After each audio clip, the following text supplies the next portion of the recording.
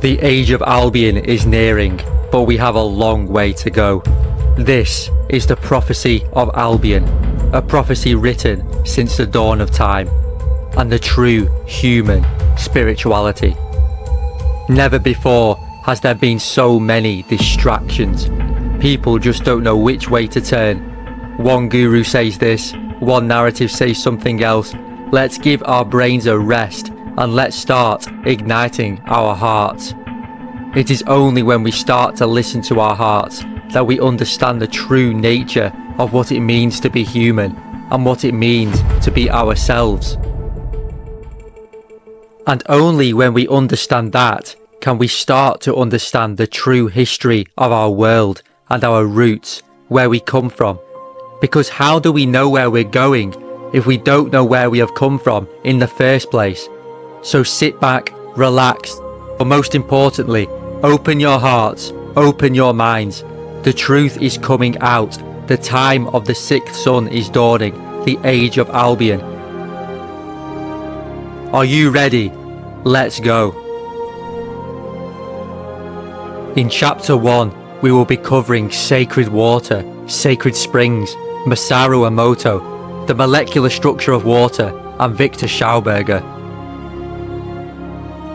Chapter 2, Tartarian Deception, the lost sacred history of Lancashire, the true ancient world and the ancient zodiac alignment of Lancashire, Antiqutech and the true function of churches, the old world's free energy harnessing structures, reset wars and the old world takeover. Chapter 3, the Luminaries and the sun, moon, stars, human body connection.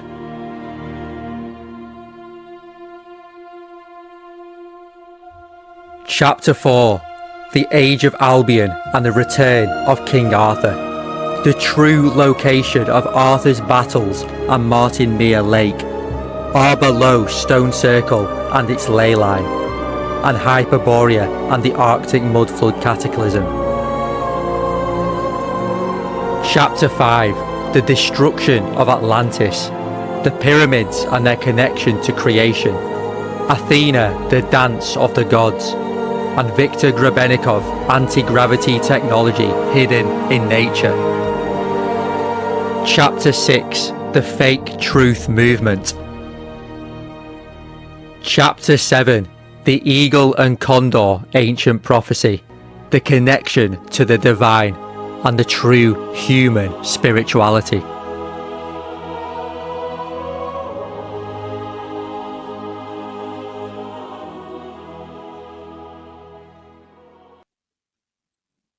Chapter 1, Sacred Water.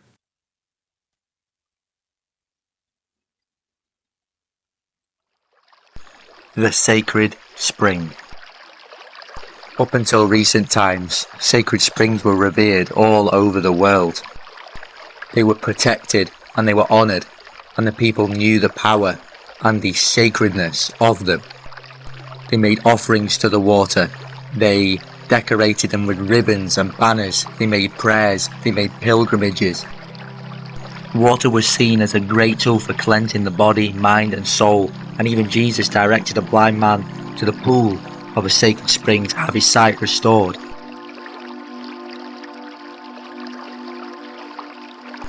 What if I told you that water was in fact a living being, and that can be altered by emotions and vibration? Masaru Emoto already proved it.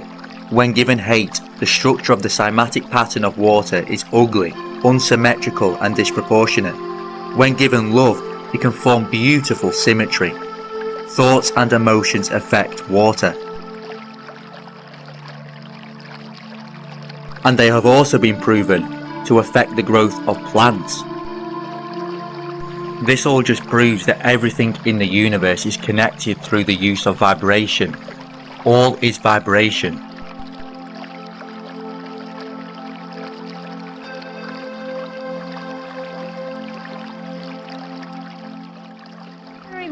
became terribly interested in the molecular structure of water and what affects it. Now, water is the most receptive of the four elements. Mr. Emoto thought perhaps it would respond to non-physical events. So he set up a series of studies, applied mental stimuli, and photographed it with a dark field microscope. This first picture is a picture of water from the Fujiwara Dam. And this picture is the same water after receiving a blessing from a Zen Buddhist monk. Now, in this next series of pictures, Mr. Emoto printed out words, taped them to bottles of distilled water, and let them out overnight. This first photograph is a picture of the pure distilled water, just the essence of itself. These subsequent photographs, as you can see, are each different. This is the chi of love. And we move along here to thank you. And you can see where he taped that to this bottle here. But if you read Japanese, you already knew that. Now, Mr. Emoto speaks of the thought or intent being the driving force in all of this. The science of how that actually affects the molecules is unknown, except to the water molecules, of course. And it's really fascinating when you keep in mind that 90% of our bodies are water.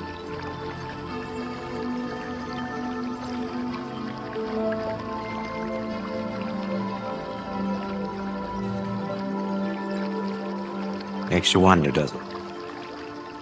If thoughts can do that to water, imagine what our thoughts can do to us.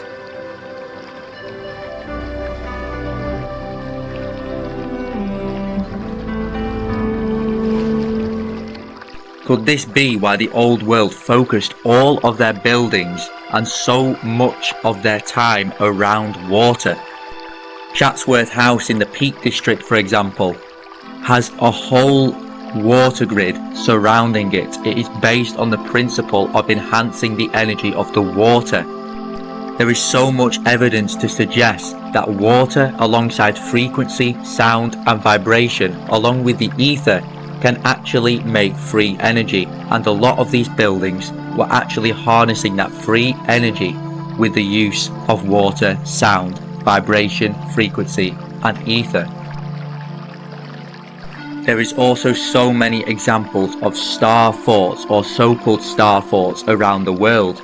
These were apparently used for defense. However, if you look closely, they resemble the cymatic patterns as Masaru Emoto suggested when looked from above. They are perfect in geometry, perfect in symmetry, and they have a lot to do with the water grid of the free energy of the old world. We see the remains of old canals and old diverted waterways all over the world. At every structure I have ever visited and that I know about are all built on the principle of water, be it a reservoir nearby, a moat, a lake, a diverted canal. Cities such as Amsterdam and Venice were man-made canal cities. And viewed from above, these are the star cities, the symmetrical cities.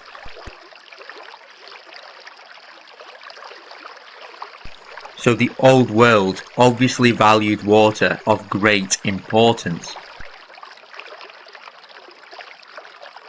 Water is sacred because it gives life to everything, and without water, there is no life.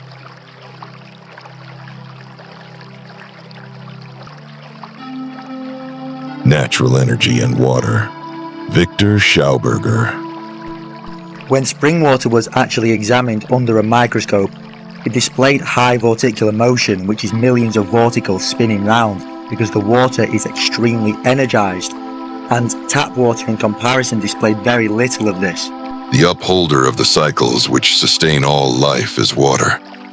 In every drop of water dwells a deity whom indeed we all serve. There also dwells life, the soul of the primal substance, water, whose boundaries and banks are the capillaries that guide it, and in which it circulates.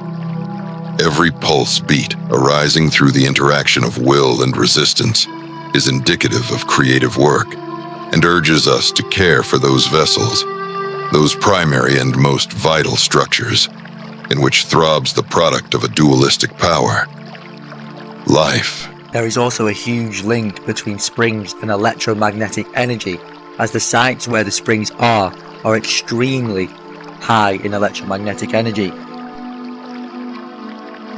So much that even orbs and apparitions have even been seen at the site of a sacred spring. But so many churches are built on sites of sacred springs. Why? Could it be that they are harnessing the electromagnetic energy already prevalent on these sites? It is no theory that certain sites harbour high electromagnetic energy. The old world understood ley lines, which I will talk more about later, and built structures along that line to mark out these energy lines.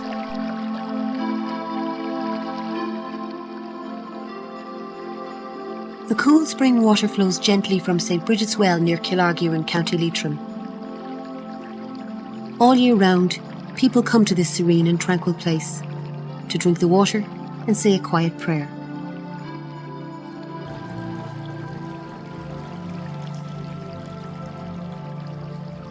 But it is special. It is a special place.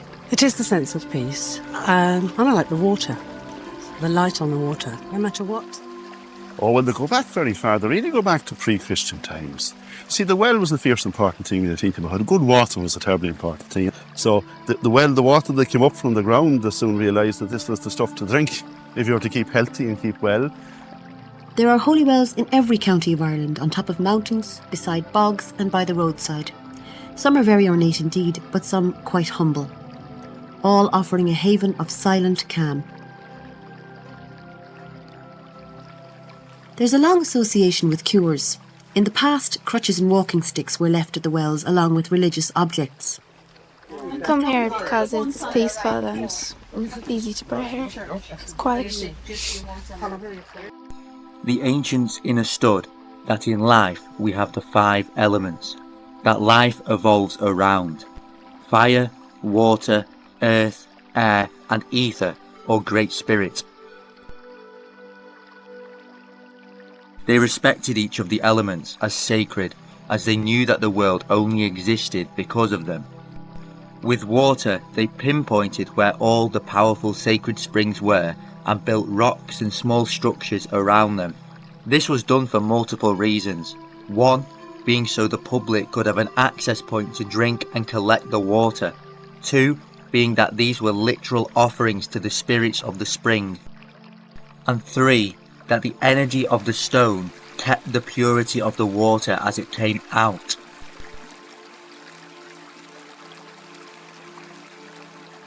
People have to be the ones that take the power back and to actually reintroduce them ourselves. We cannot wait for the ones higher up to do it for us. They are the ones that have ruined them in the first place.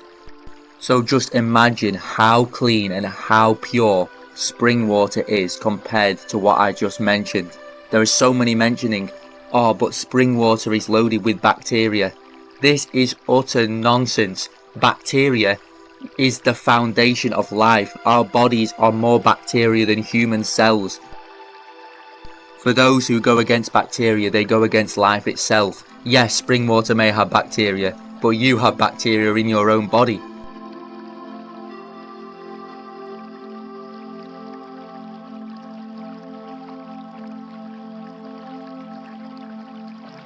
And going back to what I was talking about elements. Elements do not run out, they are unlimited forces. Fire, earth, wind and ether never run out. So why should water? Water is an unlimited resource that is being constantly produced by the earth's womb. We need to go back to basics as a human race and understand where things come from, where we come from, and where everything else comes from. This is what this time now is all about. Going back to basics and understanding our roots.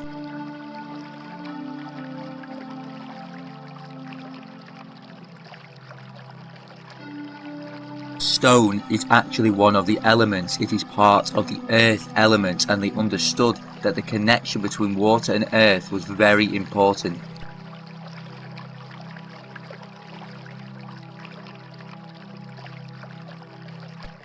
The cities themselves, even now, are loaded with sites of springs that in the old world were once used and honoured.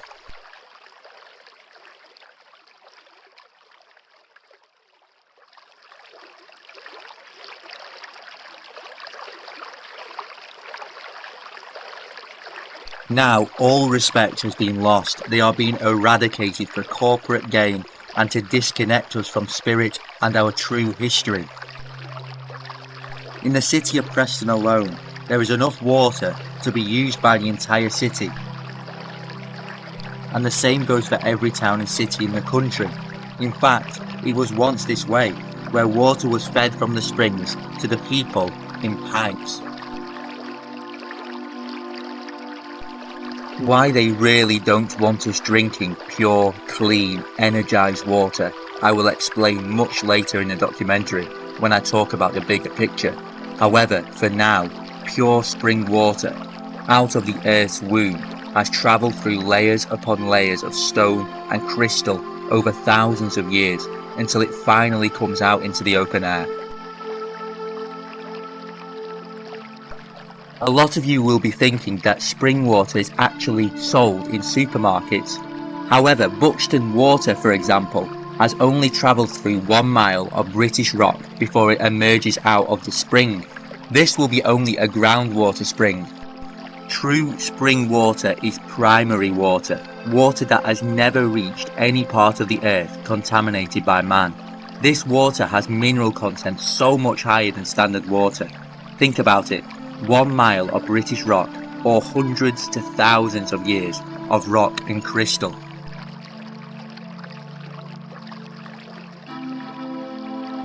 Bottled water is then ozoned, denatured, shoved into plastic bottles and left to stagnate. And now for the big one, tap water. Fluoride may be the kinder ingredients inside.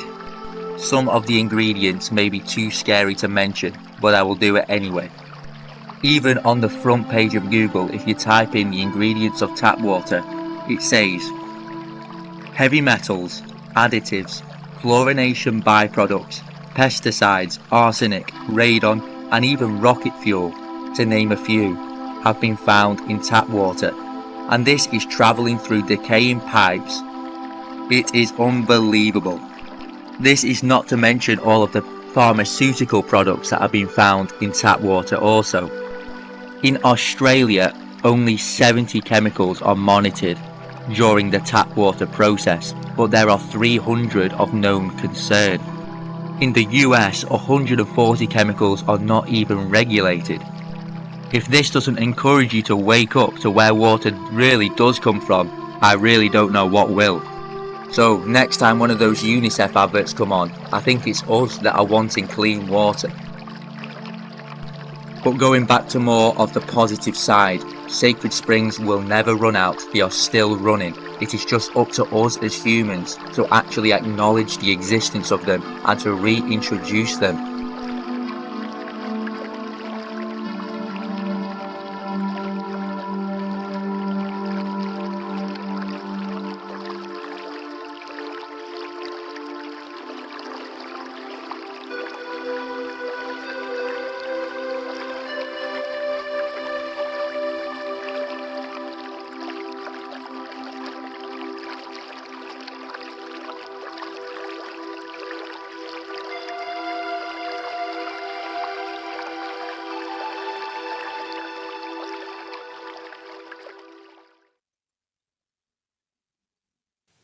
Chapter 2. The Hidden History of Preston and Mudflood.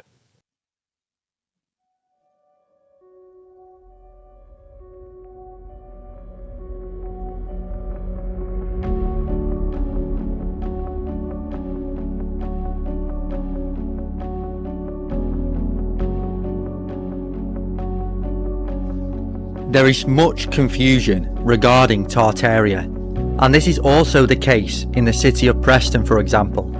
The Tartarian narrative states that the fantastic architecture we see in our cities is from before the reset, and the buildings were then redesignated into what they are currently, for example libraries, schools, courts and religious buildings, and then a mainstream narrative is given. This makes sense, but what about the photographs of Tartarian architecture that is similar all over the world being built recently?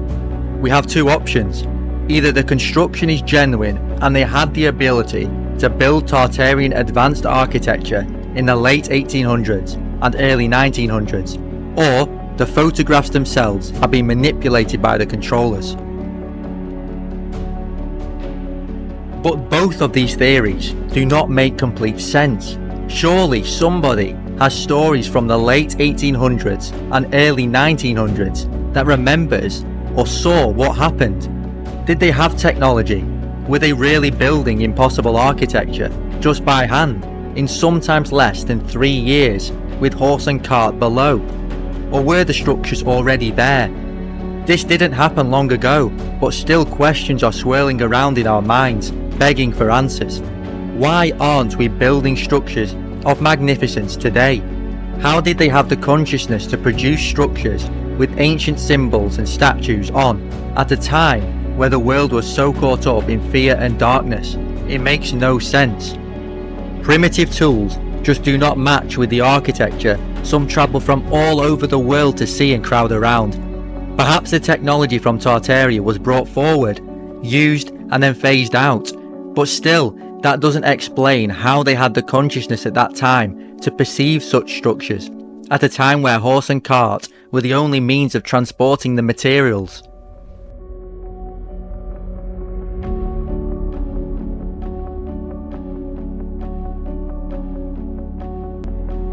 It is the same story all over the world, removing the bells, removing the Antiqutech. It is very strange how it took them longer to dismantle the old town hall of Preston than it took to build it.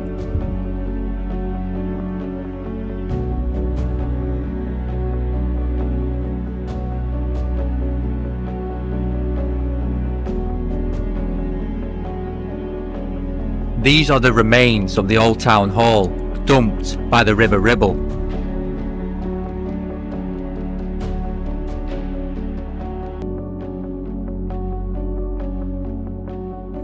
Here we have another old world building in the city of Preston that resembles the Greek architecture demolished. The cornerstone of this building was laid in 1877. But the date at the top of the building is older than the cornerstone date. So how does that make sense?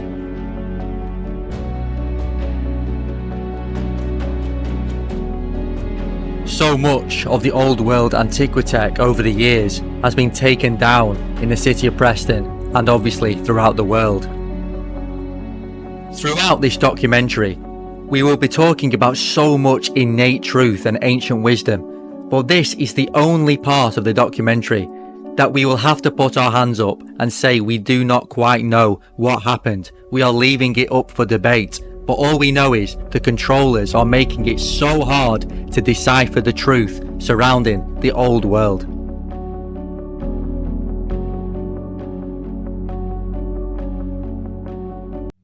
The entire area around Preston is huge regarding the old world, with so much lost history.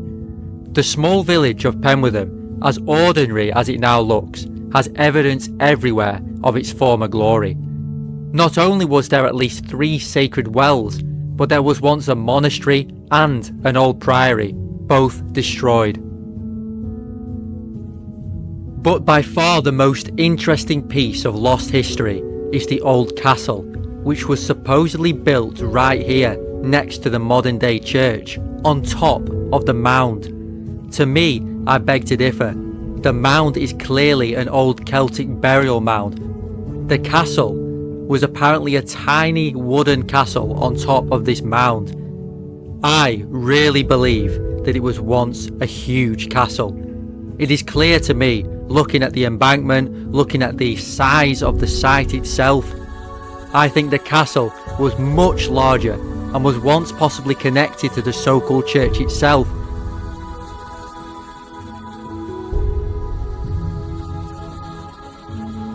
Just look at the drop from the modern church to the ground. The entire place was so high up, as if an old moat was once present down below.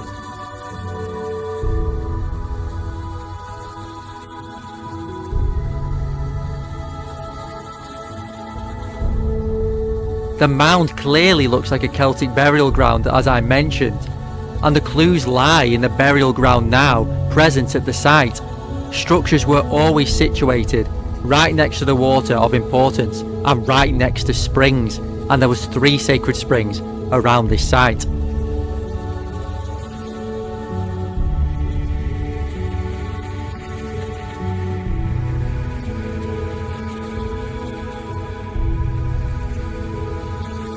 Penwortham Castle and Penwortham Mound is situated on a ley line, and this ley line is connected to the ley line that runs through Morecambe Bay. Ley lines are high energetic points in the land and are marked by stone circles, churches, burial mounds, so on and so forth. The mound at Penwortham Castle is actually said to go back to medieval times. Nobody knows how powerful this mound actually is, or exactly what it is. Could it be a site where someone very, very important was buried? Or is it marking the energy of the land? Or maybe both? It is yet to be discovered, but the energy can be felt so much if you just visit this area and treat it with respect.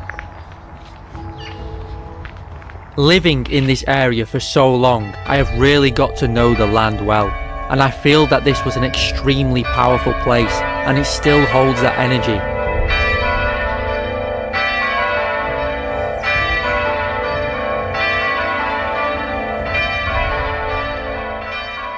In fact, it is said that the present Lancaster Castle, a huge castle this is in Lancaster, was Penwortham's replacement.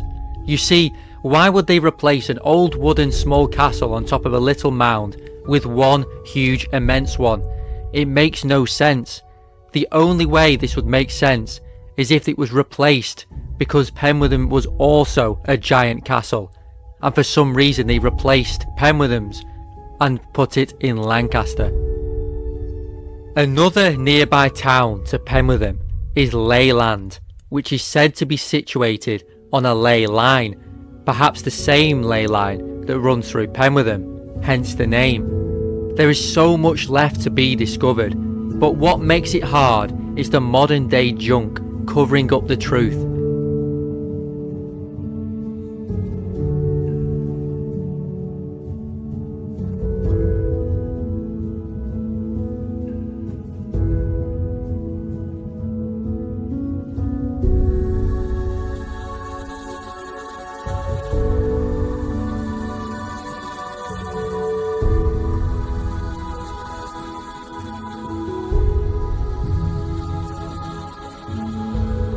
But the truth cannot be hidden forever.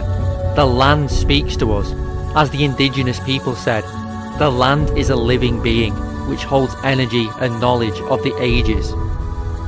The Celts and Druids actually had no written knowledge.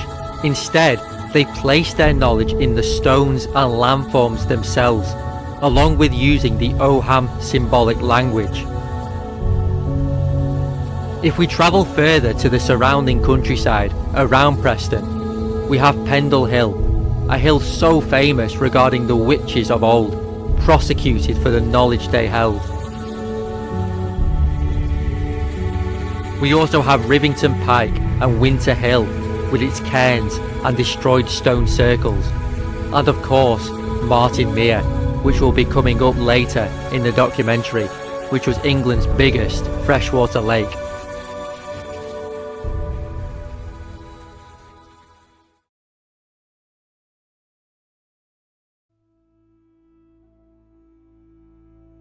The history of the spring network in Penwortham is absolutely fascinating, with 3 known sacred springs, all lost: St Anne's, St Teresa's and St Mary's.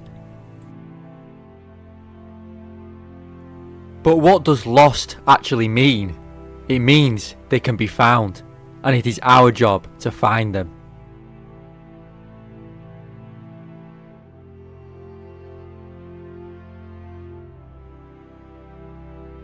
The narrative states that this centenary well was built by a local joiner, Peter Gildert, to commemorate World War I. However, if you lift the rock from underneath, it says a different story altogether. St. Teresa's Spring. Is this the missing third spring of Penwortham?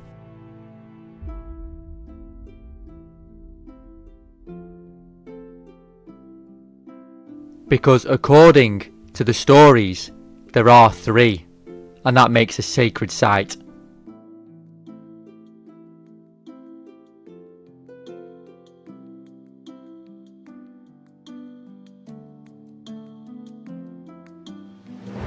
It is clear to me that they are hiding St. Teresa's Spring. Why put a huge boulder in front of its true name?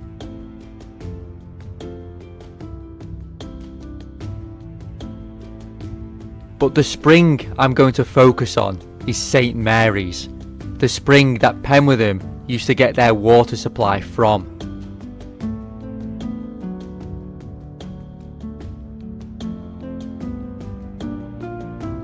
The well supplied nearly 6,000 gallons per day to a Penwortham population numbering around 1,400, the flow being sufficient to fill a 1.5 gallon pail in 40 seconds.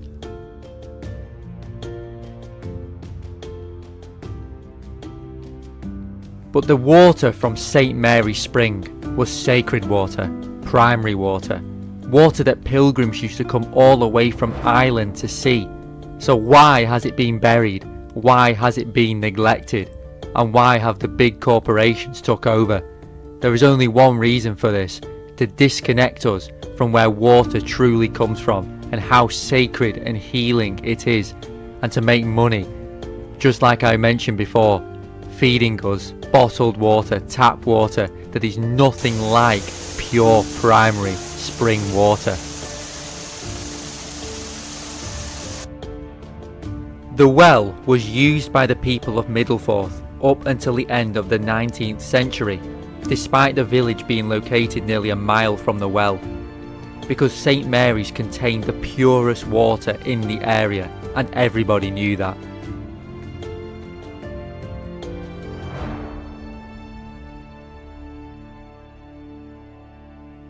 The location of St. Mary's Spring is in these woods, because the field next to it is still saturated with water. It is buried, but being buried, it means it's still there, and it's still there for those pure enough to want to access its sacred water.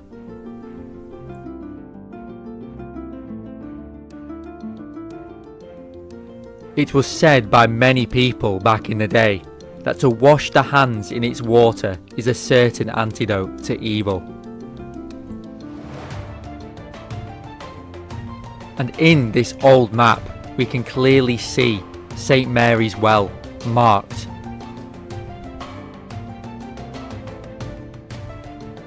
This is the pilgrim's route passing through St. Mary's Well.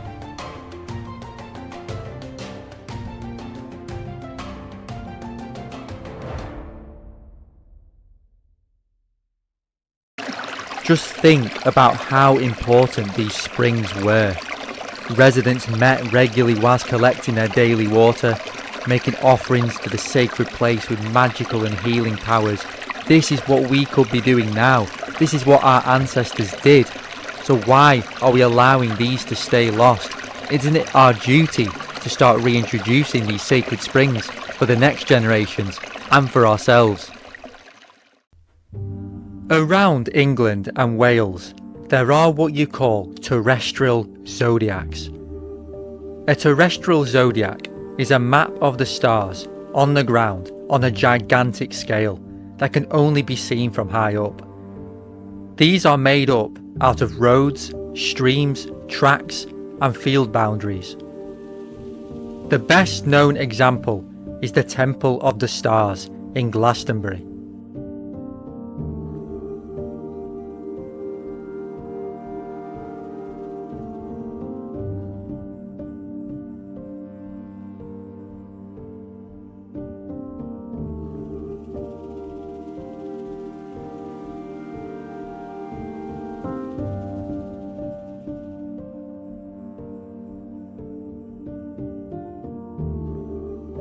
These zodiacs can also be likened to the Nazca lines in Peru.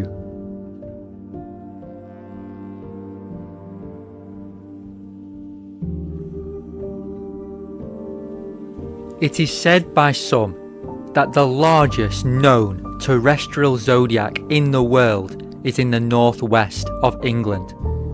It stretches from near Garstang, just north of Preston in Lancashire, across the Anglezark moors, through West Manchester and then into Cheshire.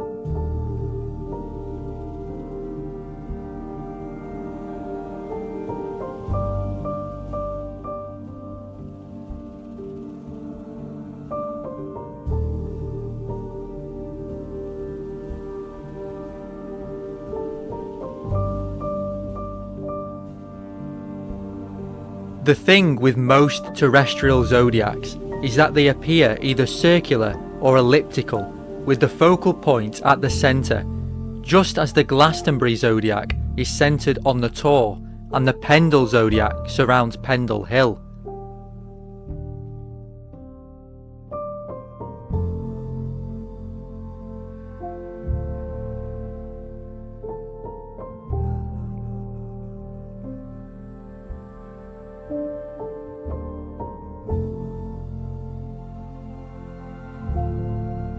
But the zodiac stretching from Garstang to Cheshire is unique in that it follows along a ley line with its focal point on the Anglezark Moor between Chorley and Bolton at a place called Round Loaf.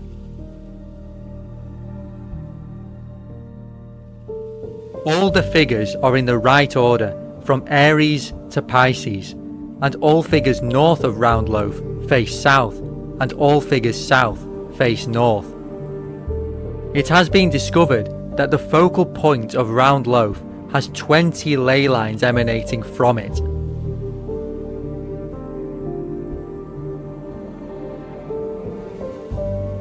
Most other terrestrial zodiacs have either the stars or the shapes, but not both, like this one.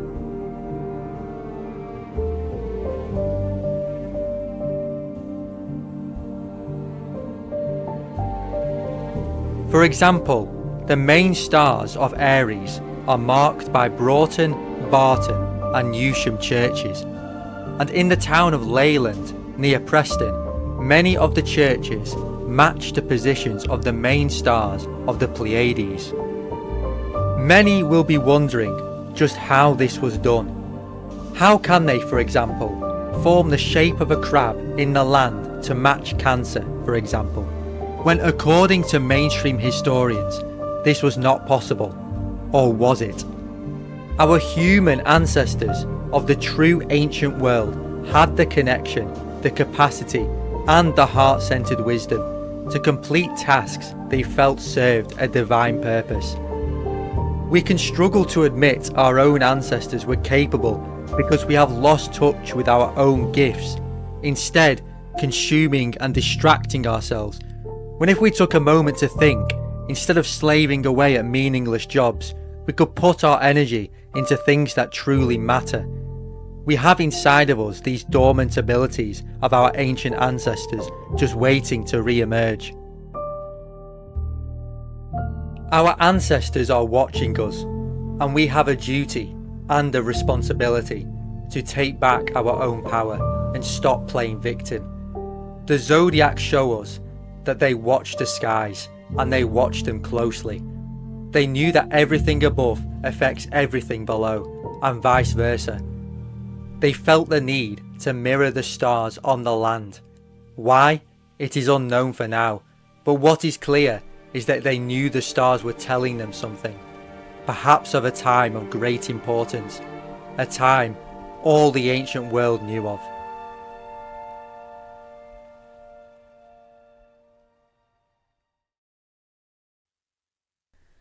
Most cities are unrecognisable to what they once were in ancient times, and the city of Preston, or Priest Town, would have been right up there with the best. With its spring networks, lost medieval monastery, canal network, and who knows what else has been lost to the ages, It just goes to show how something so magnificent and sacred can be disrespected and dishonoured, transforming a place into a shadow of what it once was.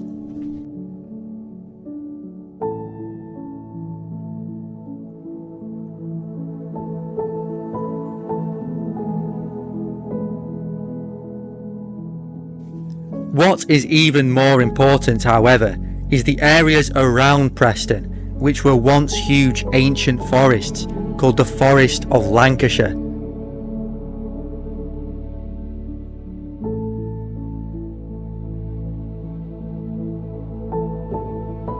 There were dozens of ancient forests in England, all massacred.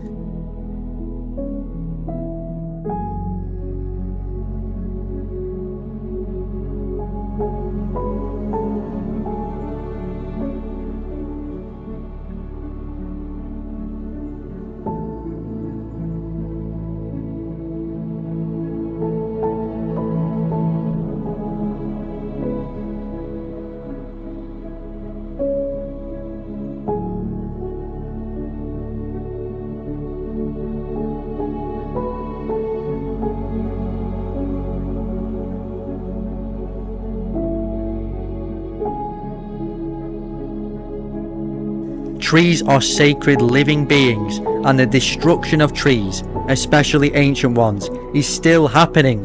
It needs to stop. Trees are the standing people, the definition of life.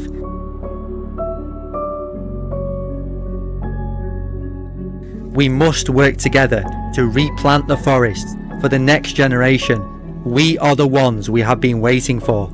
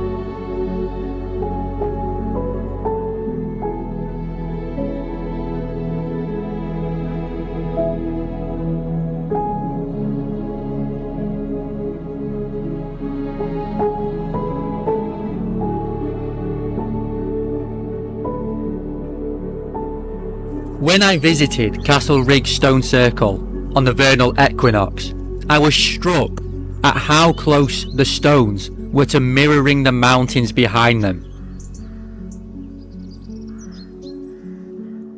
If there is something with these alignments of importance, it changes everything. These alignments are connected to the land itself, and it shows how connected the ancient world was to the land, to go through all of the trouble of matching the stones to the land.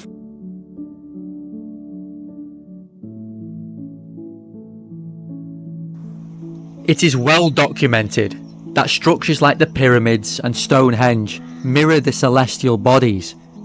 So it is highly likely that structures such as Castlerigg Stone Circle are mirroring the landforms as well as the celestial bodies. When trying to discover the truth about the land, it is so important to gain a connection to it by visiting it, by making offerings and prayers, and getting to know one another. The land speaks to us, it is a living being, and it gives us insights. When we actively search for the truth, the land wants us to know.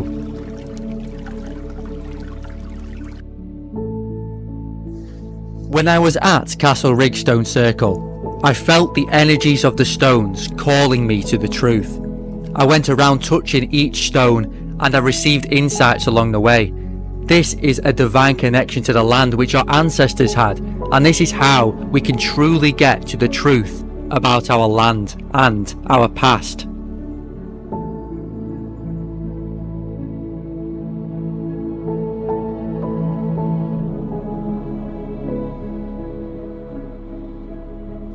The land wants us to know the truth, but it is our willingness to interact with the land that this can truly happen.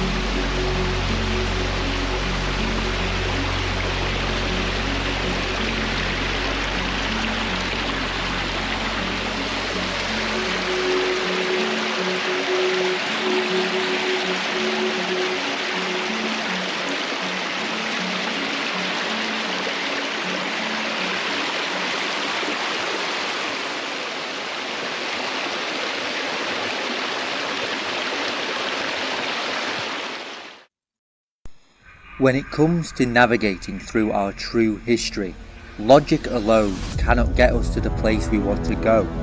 Just like we cannot understand where we come from and who we really are logically, our history has to be felt rather than thought. When we search for historical truth, we firstly must acknowledge the falsity of the mainstream historical narrative. A story is what it is, a made-up set of chosen lies to paint a picture of where we come from to solidify their agenda of the future. Horse and cart, crooked housing, constant wars for thousands of years. A great story with many half-truths, but the majority are blatant lies. To see past their narrative is step one.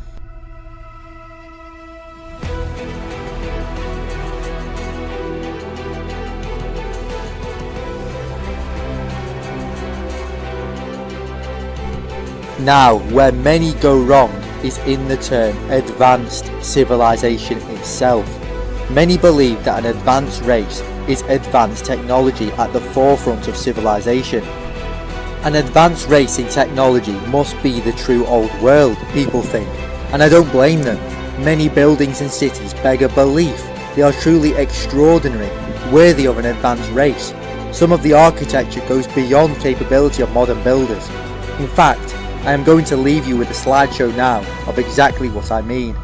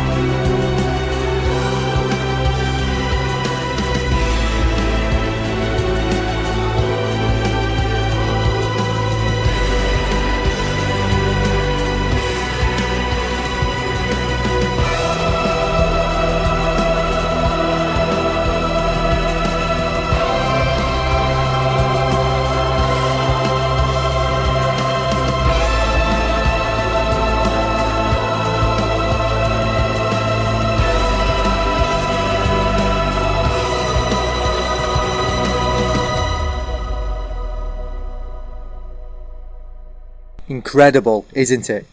But there's a problem. Balance. Nature. Building after building, an out of balance civilization, just like now. The original old world would never allow that. Technology and greed over balance and harmony is what the mainstream Tartarian narrative goes off.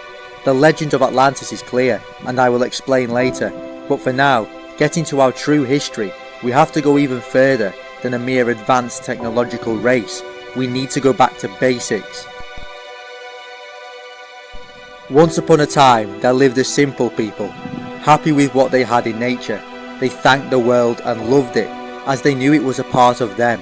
They lived in balance and harmony, where humans coexisted with the rest of the natural world and the spirit realms. Their architecture was in balance with the world. They built monuments to align with the cycles of the stars and the moon. They had a relationship with the heavens, with the divine. They understood the 2,160-year cycle periods between the ages by studying the stars. This was not a technological advancement, but an advancement of the mind and the heart.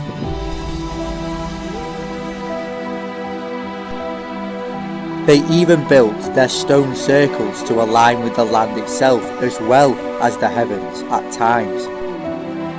This just shows that they had an absolutely fantastic connection to the land, and they understood that having a connection to the land is having a connection to yourself. Their advancement was an advancement in collective consciousness, not a technological consuming world like the races that came after, seeking to take rather than to give back. A balance is what is needed. Honor the sacred earth. Honor our sacred mother. Honor all with whom we share earth. As I walk along this journey of life, more and more is unraveled. Step by step, I learn to trust in something far deeper than what is obvious. There was a balance. It wasn't because humans lived in balance with nature. Humans died in balance with nature. Study nature, love nature, stay close to nature. It will never fail you. Nature is the art of God. Our relationship with nature is more one of being than having. We are nature. We do not have nature. In every walk with nature, one receives far more than he seeks. The mountains are calling, and I must go.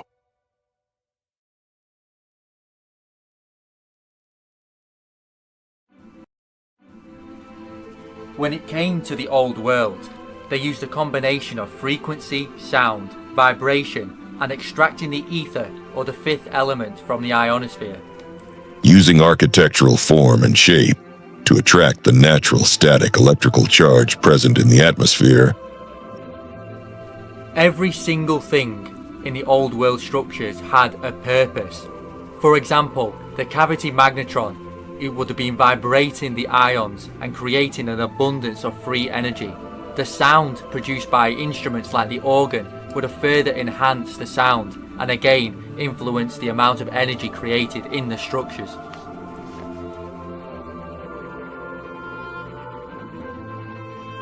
The majority of the time, the organ was always placed directly in front of the cavity magnetron.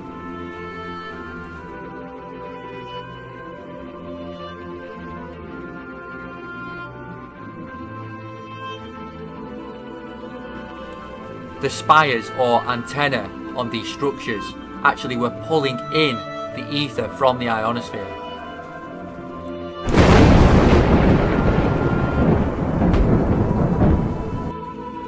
Every single structure regarding the old world was always in geometric precision. It is sacred geometry. Every single thing they created in these structures was perfect. There was nothing off, there was nothing wrong. Every single thing was made for a reason. These cavity magnetrons and resonators were found all over the structures, inside the structures, outside the structures. They are everywhere and were very important when it came to the tools of sound which they were in the old world. The columns, the majority of the time, also had iron bars inside, and iron is extremely magnetic.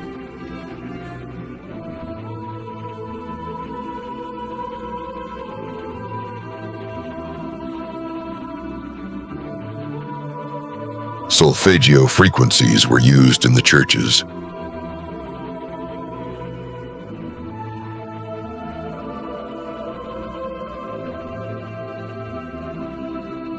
To heal the mind, body, and spirit.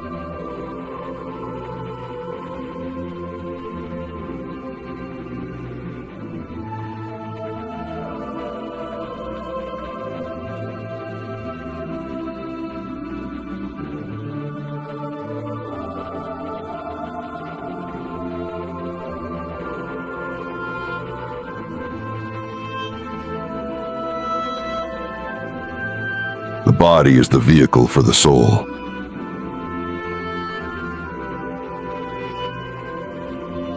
Sacred soundscape of churches and chapels reveal their sonic secrets. Cymatics is the visualization of sound and vibration. It's solar energy powered by stars. All is connected to the stars.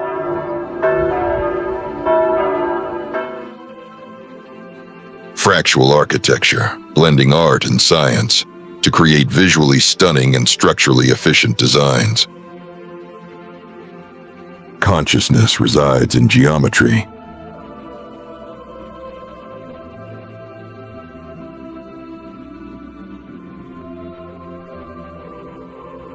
Just like in our microwaves, these structures had cavity resonators all over, vibrating the ions.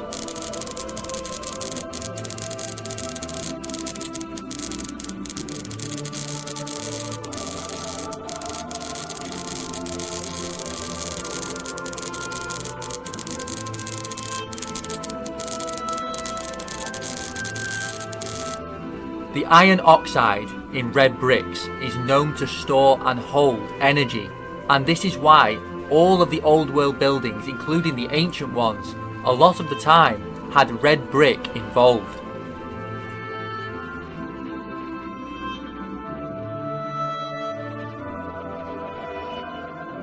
The old world was an electromagnetic grid.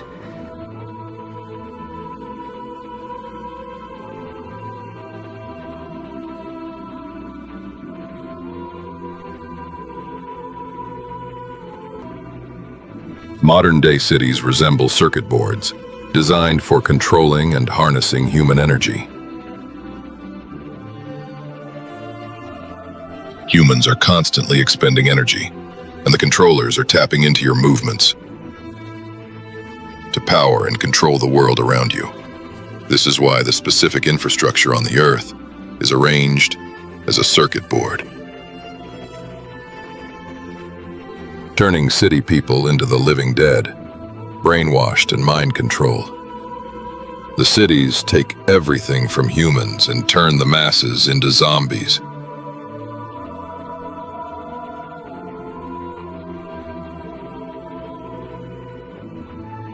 The ancient cities and structures were designed in balance with nature, to harness natural earth energies, to energize humanity physically, mentally, and spiritually.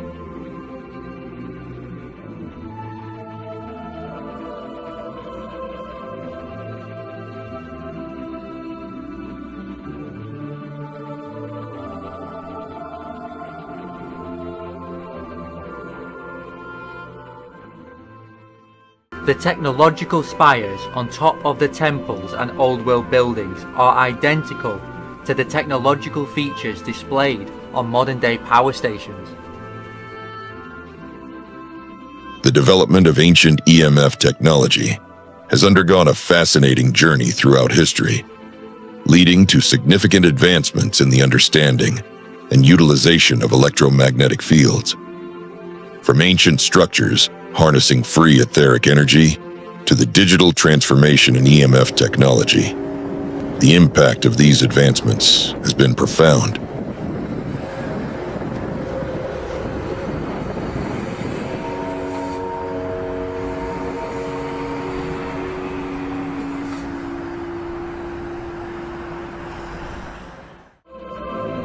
In the following clips, you will see where the energy harnessing technology has been removed from the buildings.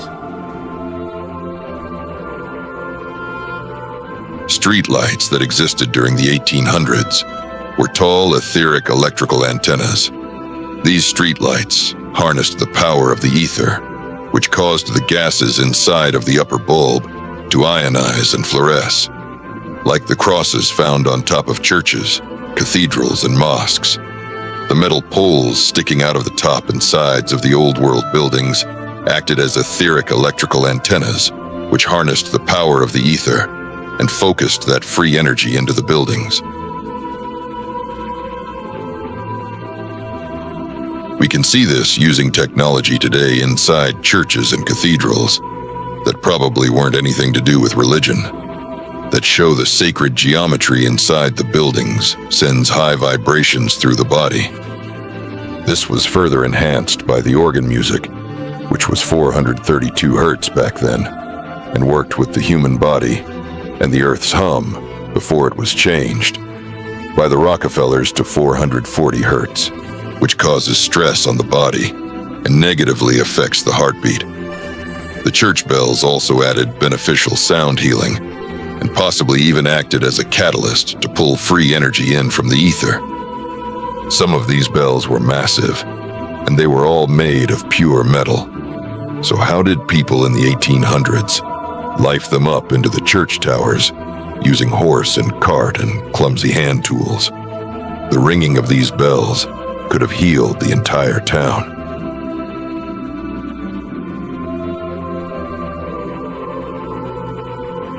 The Wardenclyffe Tower, also known as the Tesla Tower.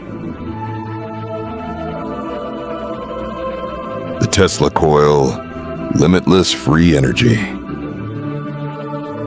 The same technology as the old world buildings, rediscovered by Tesla.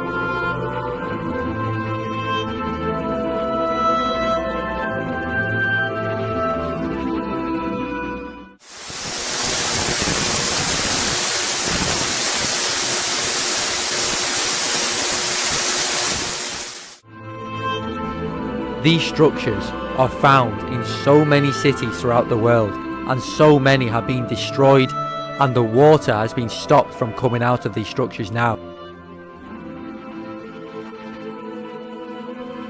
Crystals are the foundation of the earth itself. Underneath our feet is layer upon layer of crystal.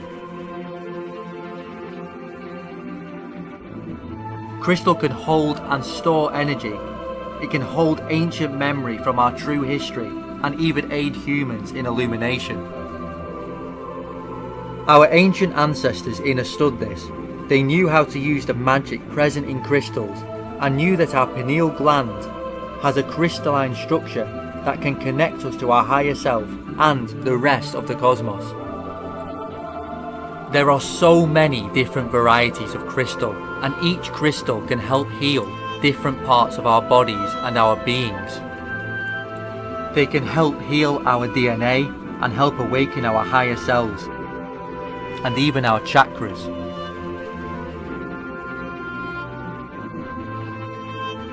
Crystal Sword of Henry V, Ashmolean Museum, Oxford. The Fractal Cross Antennas. Fractals in sacred art and architecture across the world have incorporated fractal principles, often unintentionally, as a means of expressing the divine. Islamic art, for instance, is filled with intricate geometric patterns that display self-similarity and infinite repetition. The true natural energy harnessing star forts that are in every continent all over the world have so many similarities with Masaru Emoto's experiments with water. As you can see, there is water all around these star forts. These are separate canal systems, and it is fractal geometry which is visible with all the structures and everything the old world did.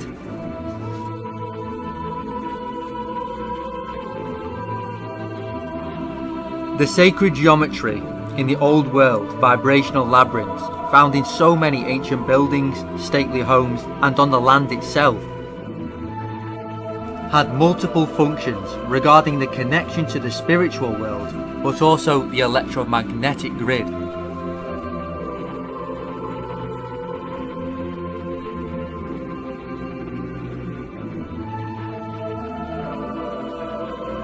The Celts themselves were known for using these vibrational labyrinths, especially on their stone circles.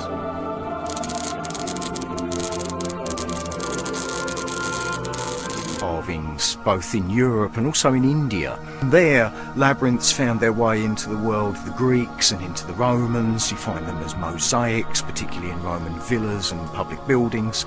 They found their way then into the early Christian church through manuscripts, into the floors of churches and cathedrals, and certainly by the medieval period they'd spread as far as Arctic Europe, down into North Africa, as far away as places like Java and Sumatra, and also here in America. The proper use of science is not to conquer nature, but to live in it. Reset wars, the old world take over. Lies and deception, the Rockefellers. The real controllers never reveal themselves. They stay hidden in the shadows. The many wars over the centuries were used to destroy the knowledge of the original old world. The blood spillage on the earth is not meant to happen. Men's blood is not meant to be spilt on the earth in this way. World War II and World War I were huge wars, putting the consciousness of the world in such a low vibrational state of fear. Wars against the indigenous native peoples, for example, were used to wipe out the innate knowledge that they held. You will never see the controllers fighting themselves. They make so much profit and money and power out of humanity, making them suffer for their own gain.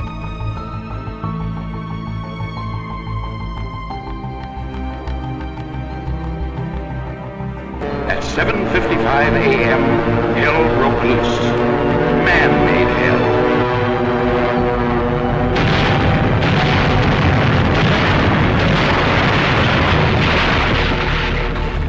Bakers, quartermaster and line of communications troops picked up their rifles and fought tenaciously.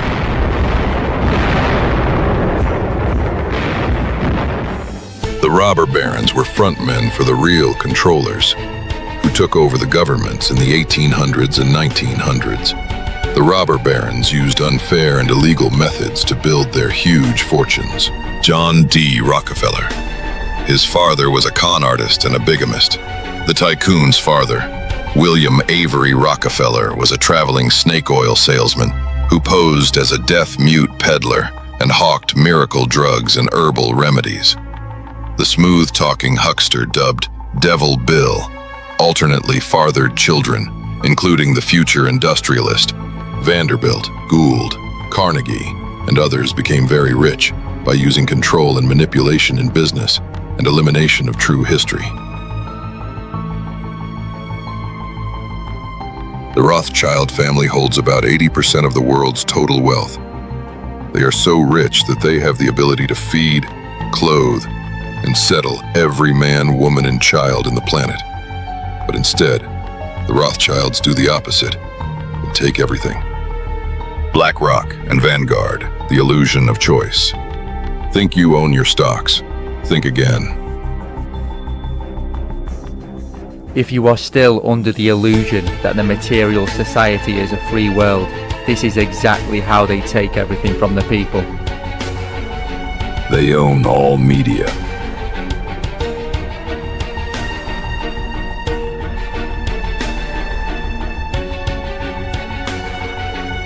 News media.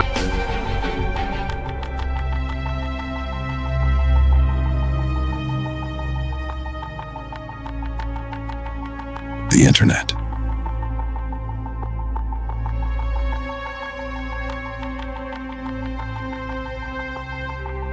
Food you eat.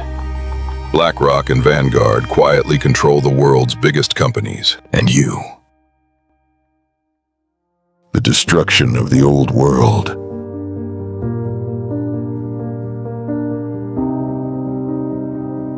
The old world is no more.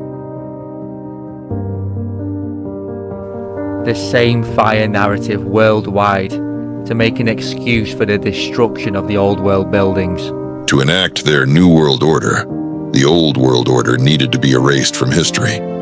But you simply cannot erase all of it, especially the buildings which they most certainly have destroyed, many of them. Dresden, Germany, targeted specifically during the wars to destroy all of the old world architecture that it once held.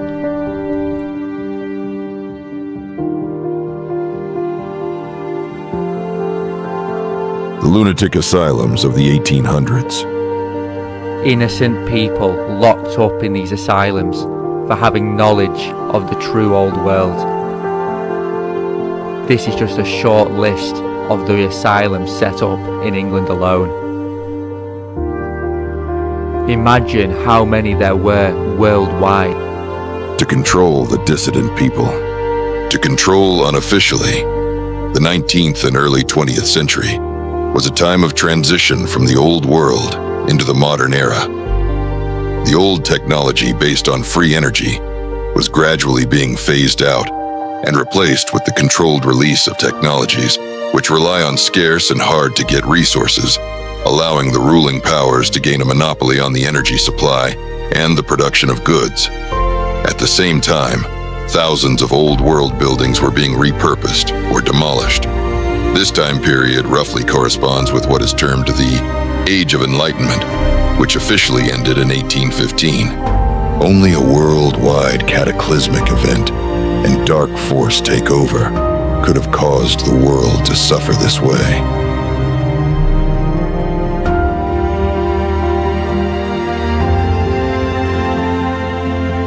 The Paris catacombs, underworld of the dead beneath the streets. Are these the old world reset wars victims? The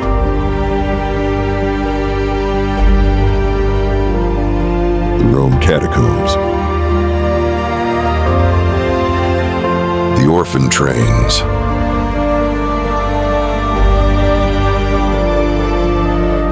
Stolen orphan children shipped around the world.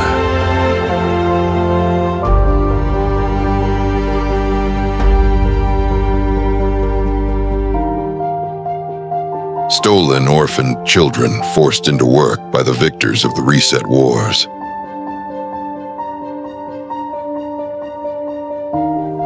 So many wars were given fake narratives.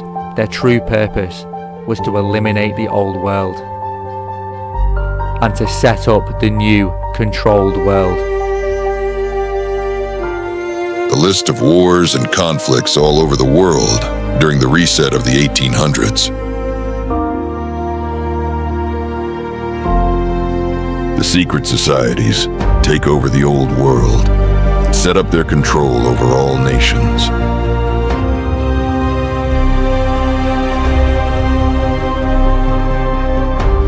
Mandatory schools were introduced to target the innocence of the children and indoctrinate them into this new world. The old world free energy is eradicated. When the victors rewrite history, it's just another kind of war, waged after the battlefield killing is done, to erase the memory of the defeated. The written knowledge that the old world held was destroyed and even burnt.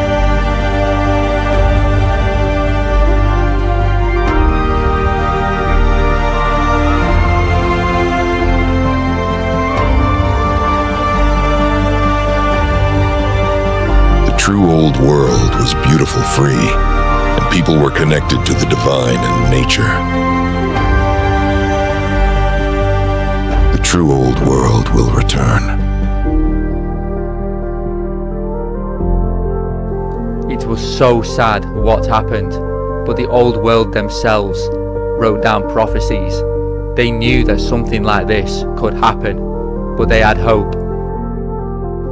All is coming to light, and the knowledge of the true old world is returning.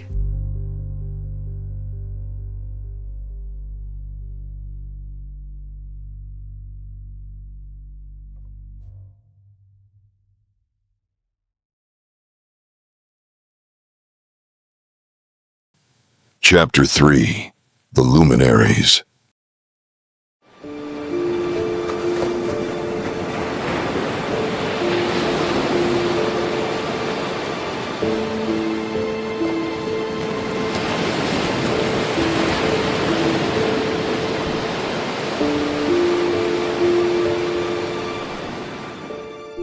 The ancient world always knew to watch the stars, the planets, and the skies very closely.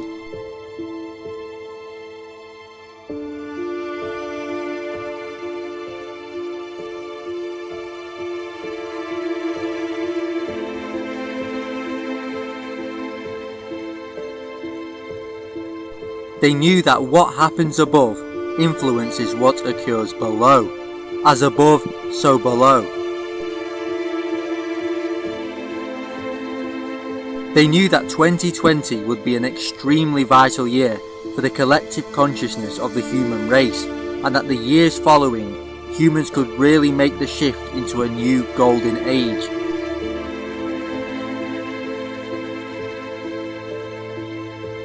Again, it was their advancement in their minds that allowed them to perceive this, and then actually read the heavens to predict something thousands of years in advance.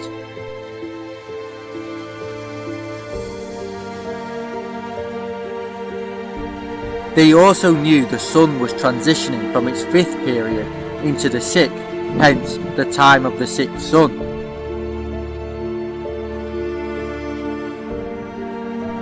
They watched everything so closely as they knew it was a part of them, and that they too were contributing towards the future of the earth. They trusted the process. This is also why they built their structures to align with the luminaries, because the structures themselves were huge astrological clocks and sundials. Having a relationship with what went on above was absolutely massive for them, and this is why they went through so much effort to produce the structures to mathematical precision. We are slowly coming back to this knowledge as our consciousnesses evolve once again, where we will one day be producing structures once again, just like the ancient world did.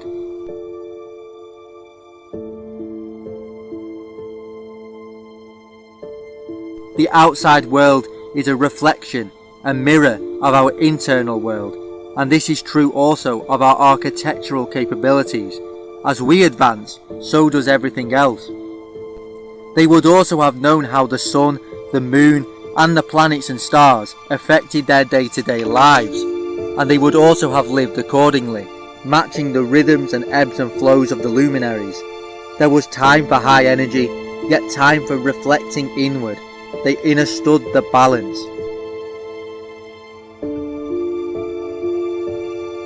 For example, a full moon was a time for reflecting on what had been and what has been learned.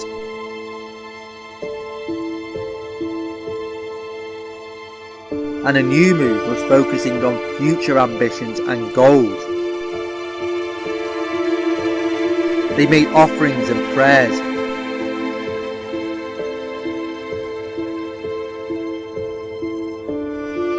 And had sacred ceremonies on the spiritual occasions, the special occasions, like the solstices, the equinoxes, and full and new moons, as well as the planetary alignments. Connection was a way of life. They used sites that had strong magnetic fields to commune with the ancestors, and they did huge ceremonies.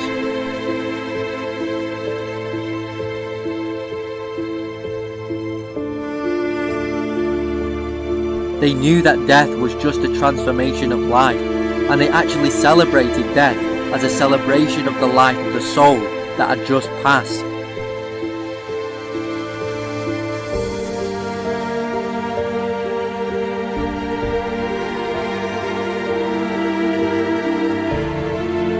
They knew that the soul would just move on to the next experience. It was only the physical body that had passed.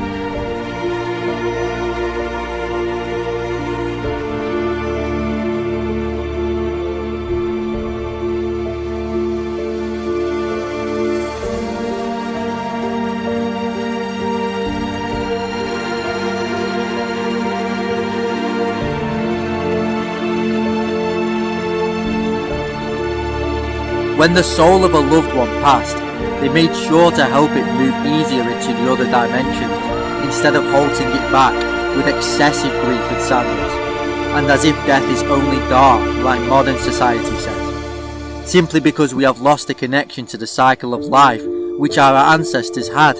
And again, this was because their consciousnesses were more evolved, so they could understand these things.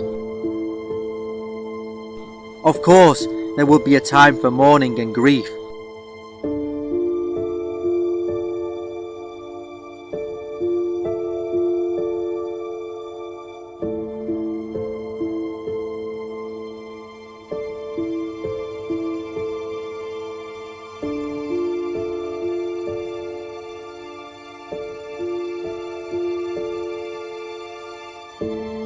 But afterwards the soul would be allowed to move on freely, so the new time could begin.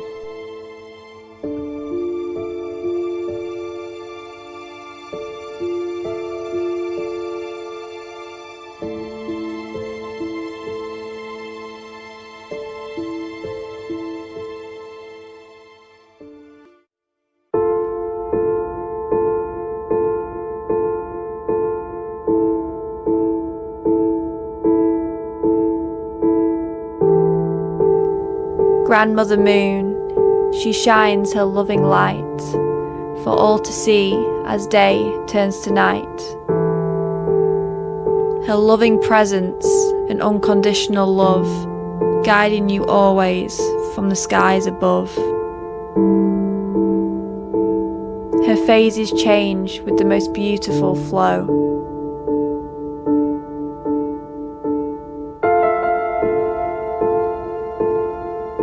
Connect with the moon and watch as you grow.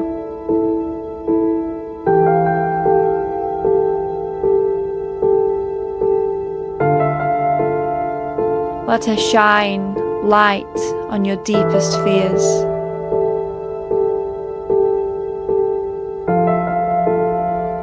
Let her love bring you to tears.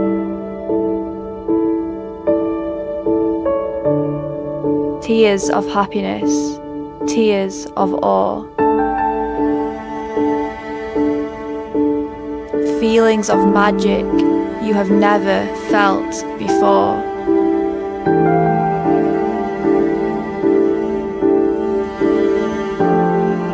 Set your soul free, open your heart.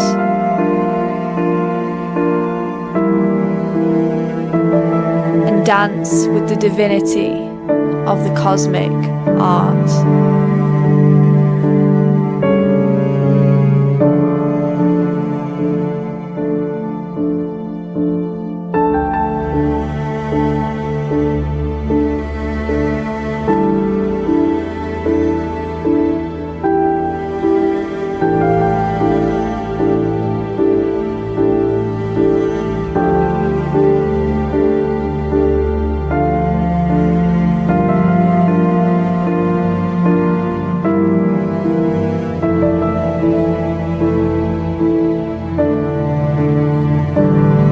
We are all wanderers, chasing moonbeams, our hearts full of wonder, our souls drowsy with dreams. Tell me the story about how the sun loved the moon so much, he died every night to let her breathe.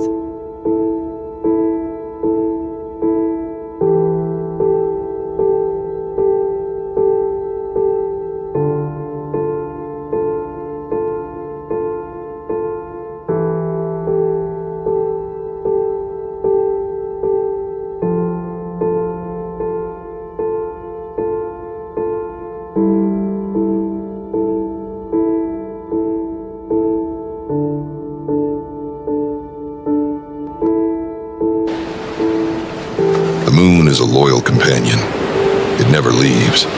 It's always there, watching, steadfast, knowing us in our light and dark moments, changing forever, just as we do.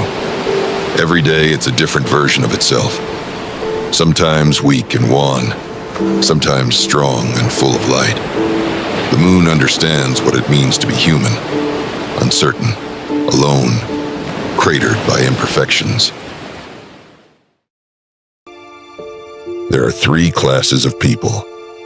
Those who see when they are shown, those who do not see. The moon is a living being contributing towards the function of Earth. Everything is made by Great Spirit for a purpose.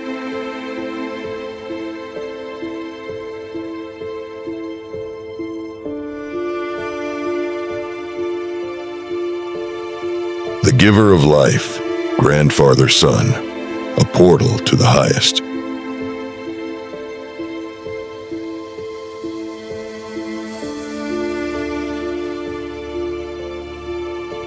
The sun is a transformer.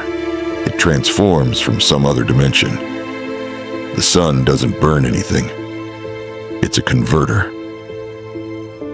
The ancients realized that the sun's rays, which they called golden, precipitated in the human body and formed creative substances.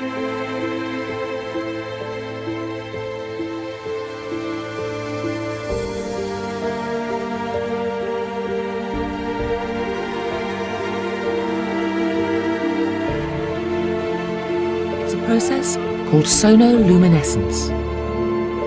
The first time I saw sonoluminescence was in a darkened room.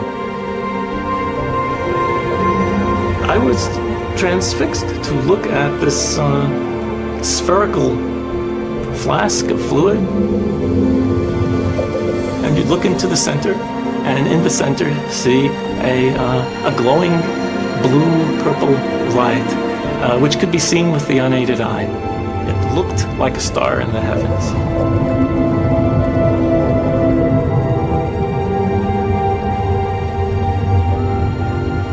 Seth Putterman called it the star in a jar, a tiny spot of bright light contained in a flask of liquid.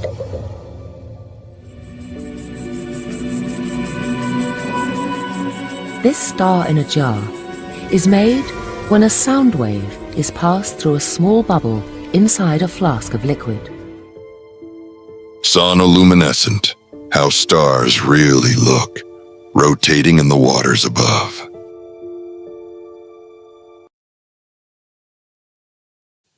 Chapter 4, King Arthur and Ancient Albion.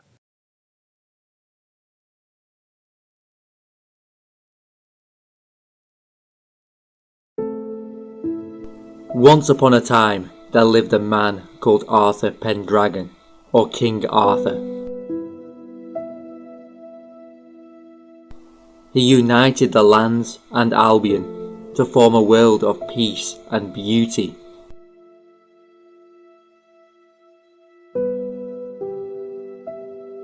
From the chaos and devastation of the tyranny and abusive power of the old.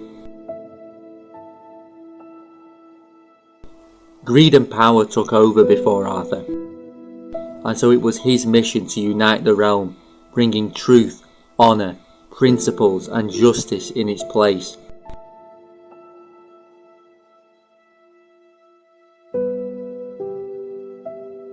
But the prophets and poets didn't lie. They knew that one day Arthur's kingdom would be in peril.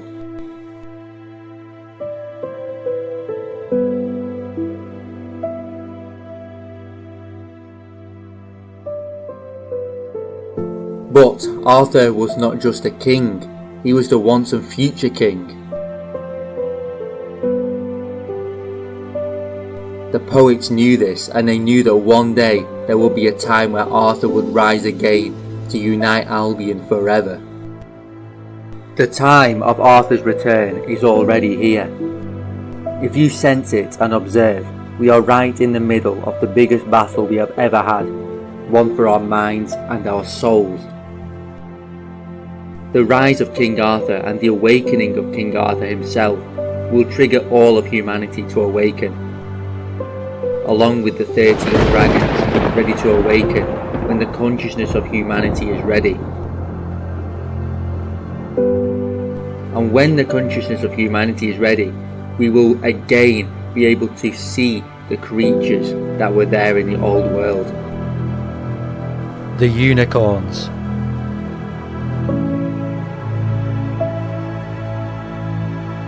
The dragons.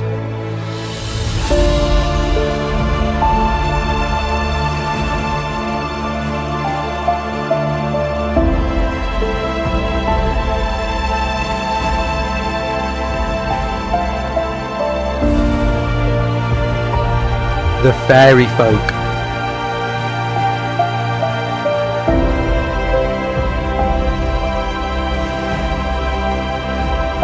And the griffins.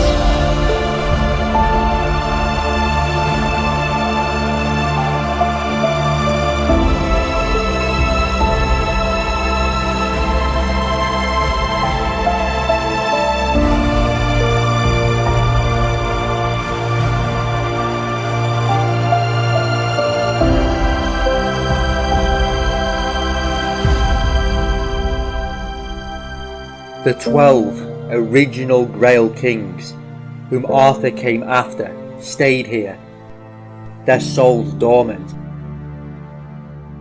whilst their beautiful kingdoms were taken over by greed and darkness. They couldn't exist at such low of a vibration whilst maintaining their own high vibration. They needed to wait until the vibration of the world once again is light enough to therefore re-emerge. That final ascension is now. The 11th dimensional rod and staff holder is Arthur, guiding the earth into awakening, to restore the lost kingdom of God, bringing divine masculinity back and restoring cosmic justice.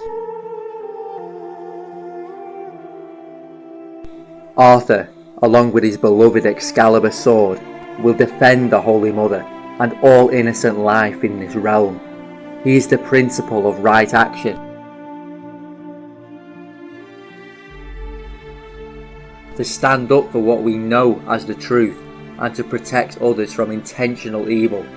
His cosmic consciousness body belongs to the Michael energy. He is the protector of the 11th dimensional gates of Avalon. He is the cosmic being sent to Earth by the Creator to be his full expression in this world during the awakening, to guide humanity into the new age.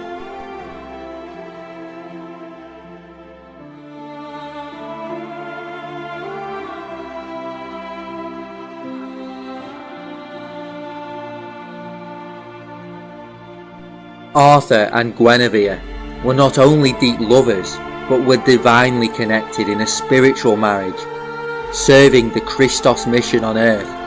They were Celts themselves and understood the truth of life. They possessed artifacts that came from the time of Atlantis. Arthur, guardian of the Cathars, hence King Arthur or Carthur, is the protector of the DNA and RNA of the human, protecting the ancient DNA geometry and consciousness. The crown chakra, once opened, can access this Arthurian wisdom, but the controllers are trying their hardest to prevent the chakra from opening. This is why they are waging war against our consciousnesses, against our minds, because this stops our crown chakra from opening fully. In the central UK, a dragon, King Queen Shield, is placed to unite the triple solar archetypes of Arthur, Michael, Yeshua, Guinevere, Mary Scotia and Mary Sophia. This is all held on the Belinus Leyline, which is the largest ley line in Britain associated with Albion. Along this Belinus Leyline are multiple structures all on this line, all in line, as the ancients understood and could feel these energies. But before the structures were placed there were stone circles and monuments that go back to the Celtic times.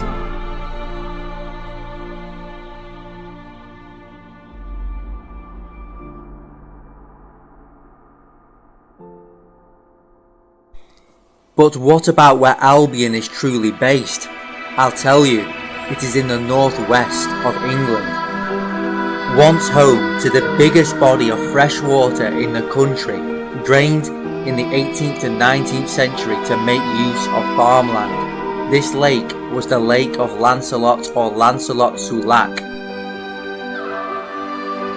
where upon Arthur's death threw Excalibur into Martinmere Lake, where the Lady of the Lake would take it to its depths until Arthur is ready to once again rise again, bringing the natural timelines to Earth and dissolving all unnatural and artificial timelines.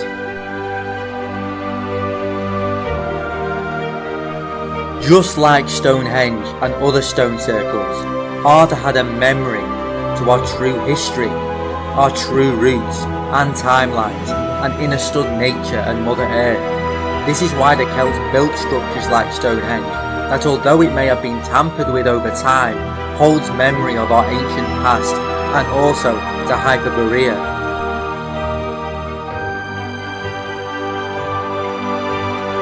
Arthur possessed the innate knowledge of the essence of life, and when he embodies his creation, nothing is lost or forgotten. The divine plan will work out, and just like his Solar Logos twin brother Yeshua, he is destined to make sure the divine plan unfolds and the Grail is protected. His sole guardian Merlin the Magician, a warrior of the light, alongside all the Knights of the Round Table, will stay loyal to Arthur to make sure Albion is born.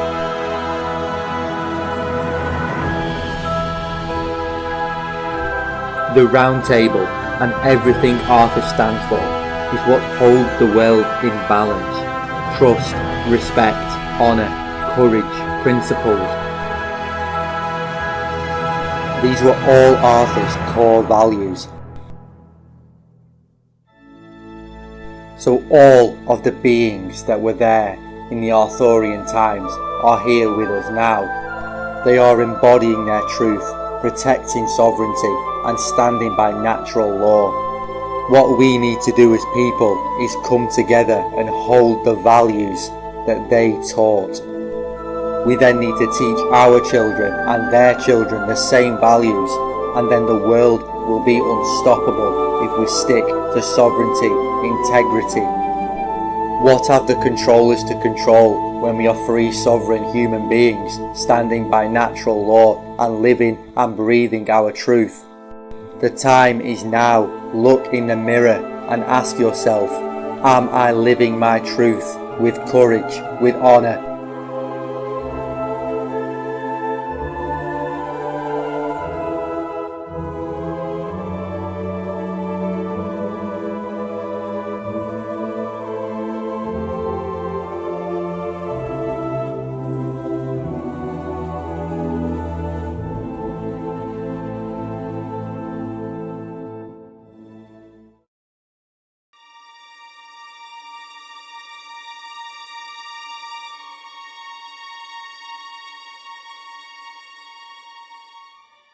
To walk through the land is to feel the legends and history itself. Britain has two kinds of geography: the outer, visible one of hills, valleys, trees, rivers and plants, and the inner, mysterious, myth-haunted one which consists of places that are often no more than names like Camelot, Camlan, the supposed site of Arthur's last battle, or Bowdon, the site of his greatest fight against the Saxons. Rivers of ink have been spilled by various commentators in their efforts to identify these places, many of which have remained undiscovered for the simple reason that they were never a part of this world at all, but myth and legend. This is not to say that they never existed, only that the physical places ascribed to them are as often as not false but real.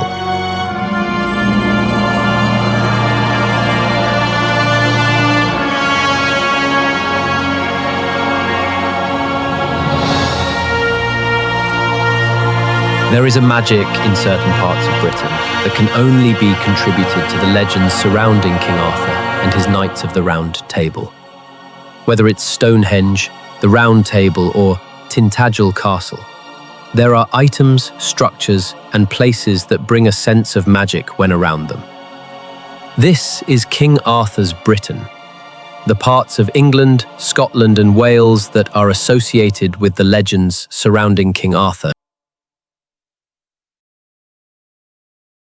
Rising like a beacon from the flat Somerset plain, the Tor seems to beckon the pilgrims who journey in their thousands to this remarkable spot, once described as this holiest earth. People come in search of many things: the Grail, enlightenment, inspiration. Many claim to have found their goal and remain in the peaceful market town to the bewilderment of the local inhabitants.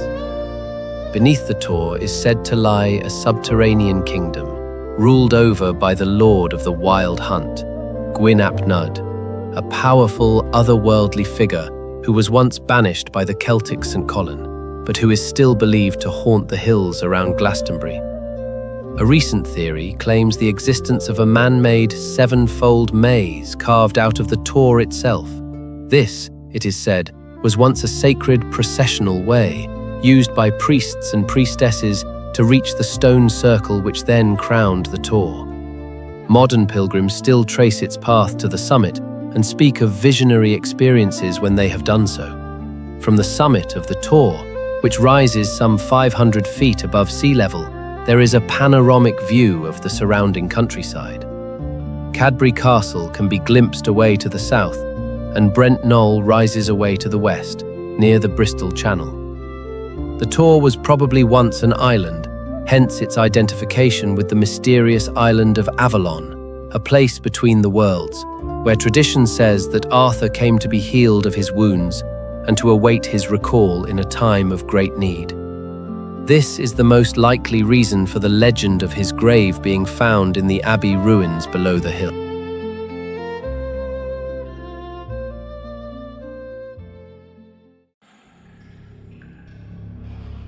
The legend of Merlin's Cave. Tennyson made this place famous in his Idylls of the King, when he described waves bringing the infant Arthur to the shore, where he was plucked out by Merlin and carried to safety. Local legend has long associated this cave, which fills with water at every high tide, with the great enchanter. The rocks of Tintagel cliffs loom out over the entrance to Merlin's cave, making it a dark and gloomy place. It's certainly a place of considerable atmosphere, where one might indeed expect to see Merlin approaching, with his staff held up to illuminate the darkness of the cave. It is now mostly the haunt of scuba divers in search of shells and fossils. Perhaps the most familiar of all the sites associated with Arthur. Local tradition, founded largely on the writings of Geoffrey of Monmouth in his 12th century History of the Kings of Britain, claims this is the birthplace of Arthur, from where Merlin took him to be fostered in secret. The dramatic ruins of the castle, dating from the 12th or 13th centuries, are too late to have anything to do with the real Arthur. Nonetheless, they are responsible for a good deal of romantic inspiration. The anonymous medieval writer of the Folly Tristan said that the castle was built by giants and that it used to vanish twice a year, at midwinter and again at midsummer.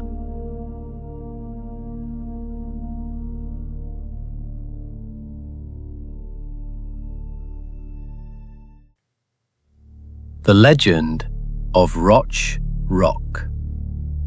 The story of the doomed love of Tristan and Isolde is one of the most famous and much loved subjects of the medieval romancers who created the vast epics of Arthurian literature. Tristan was King Mark's nephew, who, having been sent to fetch his uncle's bride-to-be from Ireland, accidentally shared a love potion with her, so that the two fell hopelessly in love. Thereafter, their lives were lived in a series of furtive trysts, while they both sought to escape the traps laid for them by the suspicious Mark. In the end, Tristan met his death, and Isolde, unable to live without him, followed soon after. A dangerous winding way over broken rocks leads up to the remains of the tiny chapel. A number of sites in and around Cornwall and the far north commemorate this tragic tale. A contemporary theory, first advanced by E.M.R. Ditmas in her study of the topography of the Tristan legend, suggests that this may have been the site of the hermit Ogrin's chapel, where the lovers, having escaped from King Mark, found temporary refuge. The medieval poet Beroul, who wrote one of the earliest versions of the story, appears to display an intimate knowledge of the Cornish landscape, and his description of Ogrin's chapel certainly bears a more than passing resemblance to Roch Rock.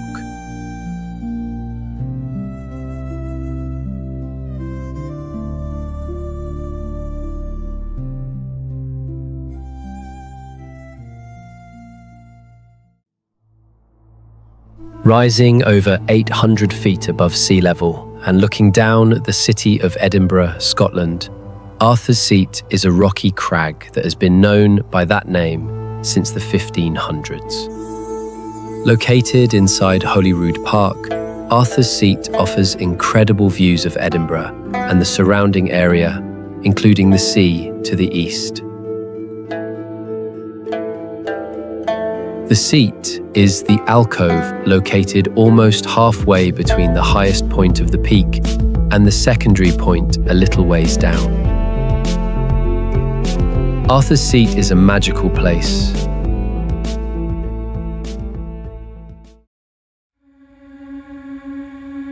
To stand on the tip of Land's End and look out towards the Isles of Scilly is to view the remains of a once thriving kingdom. It was named Lyonesse, and tradition records that it was ruled over by Tristan's father.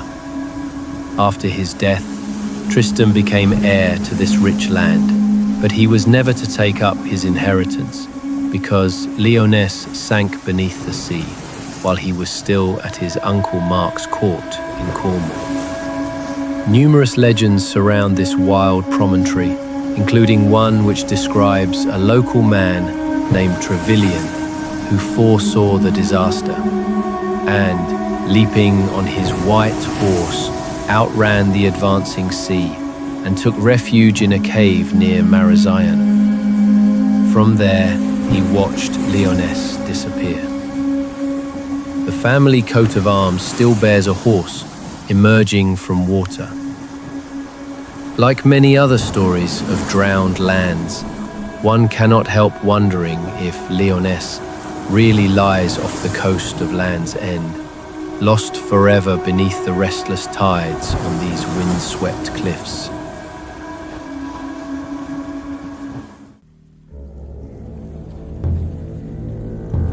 Just to the south of Snowdonia and along the coast sits the peak of Cadair Idris. Just under 3,000 feet in height, Cadair Idris is shrouded in mystery and legends, and possess a magic that is difficult to put into words. The locals claim that Cadair Idris is haunted, and that anyone who spends the night on the top of the mountain will awake either a madman or a poet. Various legends surround the mountain. One of the oldest is that the giant Idris once lived there, a nemesis of King Arthur. 3 large stones rest at the foot of the mountain, and legend has it that Idris got angry once and kicked them, sending them down the steep slope. Another legend states that the Grey King, another nemesis of King Arthur, lives inside the mountain. and the mighty fog that rolls in off of the Irish Sea is his breath. St Govan's Point is the most southerly point on the Pembrokeshire coast. Nearby is St Govan's Chapel, a tiny cell measuring 18 by 12 feet.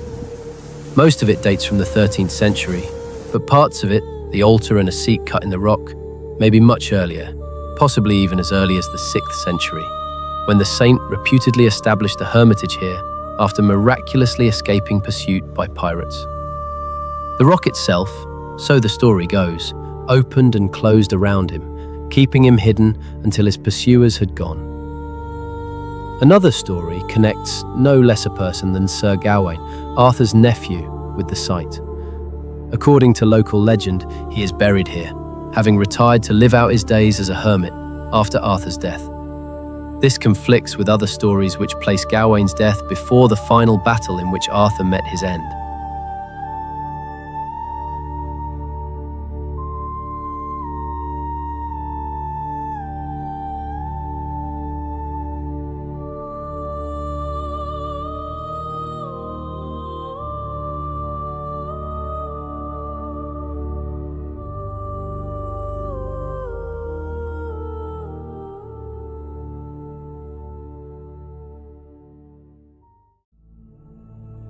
Among the many legends connected with this famous site is one telling of its construction by Merlin. He was asked by Arthur's father, King Uther Pendragon, to construct a fitting memorial for his brother Ambrosius and the warlords of Britain felled by Saxon treachery in the massacre known as the Night of the Long Knives. Merlin journeyed to Ireland in search of the fabled Giant's Dance, a circle of stones which were believed to possess curative properties if water in which they had been washed was used to bathe the sick. After a great battle, Merlin conveyed the stones by magic to the shore of the sea,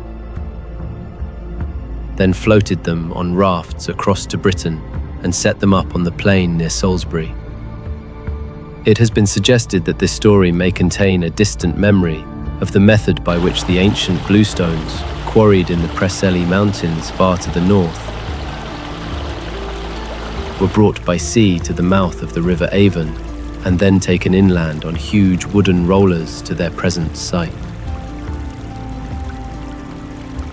Despite numerous theories which claim Stonehenge to be anything from an ancient observatory to a druid temple, little is known about the true origin or purpose of this mighty circle of stones.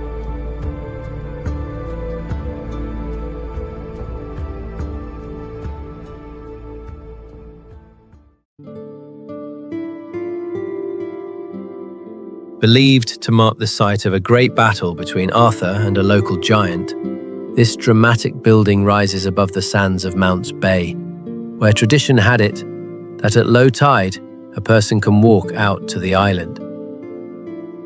Joseph of Arimathea used to come to ply his trade as a tin merchant. Joseph is later believed to have brought the sacred relic of the Holy Grail to Britain and to have built the first church at Glastonbury in Somerset. A firmly entrenched tradition says that he brought his young nephew, Jesus, with him on one of his many trips to Britain.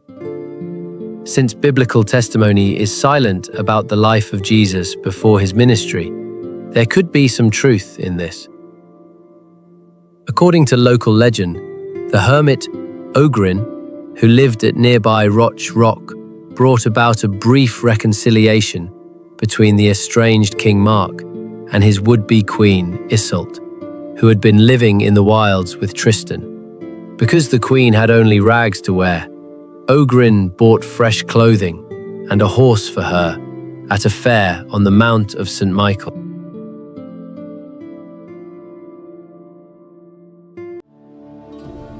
Legend has it that beneath the hill, in a cavern, stretching the outcrop of sandstone, King Arthur and the Knights of the Round Table lie sleeping. According to the local tradition, a farmer was passing by the ledge on his way to the market in Macclesfield, a nearby town, when suddenly an old man appeared and had him stop. The old man, who made him an offer on a white horse, he was leading to town to sell. But the farmer refused the low offer and continued on his way. Once at the market, the farmer received many inquiries about the horse, but no one made him an offer. So, on his way back home, the same mysterious old man appeared, and this time, the farmer decided to part with the horse and sell him, accepting the offer of the old man. The old man then led the farmer and his horse to the hillside below and laid his hand on a grouping of rocks, at which an iron gate was revealed. Behind the iron gate was an entrance into the hill itself. Within the hill, the surprised farmer saw the great King Arthur and his knights of the Round Table, together with their horses, all asleep in a vast cavern. The horse was for one of the knights, and the farmer received a bag of gold for it before he fled, hearing the gates clang shut behind him. Bamborough Castle hovers over the sandy coastline of Northumberland. With its massive walls and dramatic views, Bamborough Castle is host to thousands of visitors a year who come to see one of two possible places that could have been Sir Lancelot's Joyous Guard castle. Originally, the site hosted a Dark Ages stronghold, which may explain the legend of Bamborough's connection to Lancelot. This is the probable site of Sir Lancelot's famous castle of Joyous Guard, where he once gave refuge to Tristan and Isolde, and where he himself retired to escape the rumours of his liaison with Arthur's queen.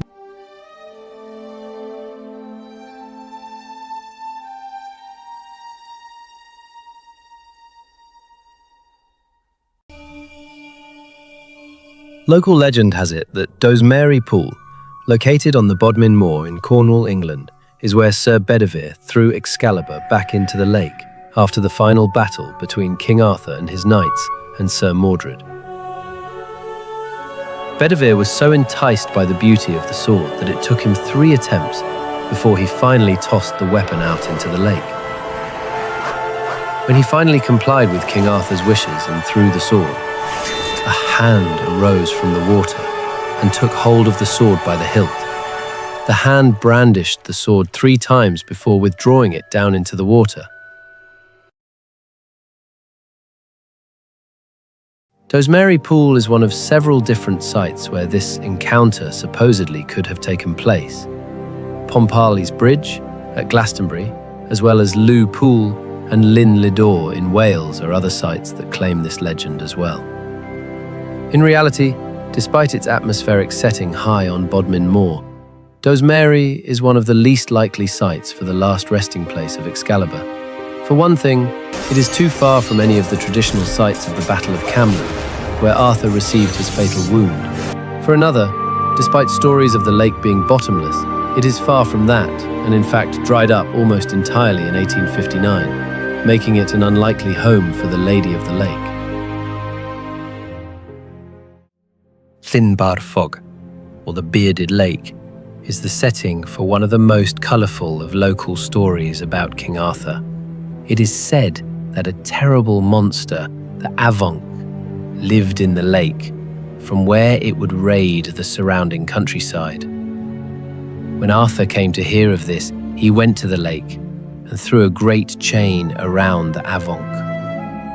Then, with the help of his mighty horse, sometimes called Famray, he hauled the creature from the lake and killed it. Proof of this is found a short distance from Llyn Bar Fog, in the shape of a stone known as Carn Mac Arthur, the stone of Arthur's horse.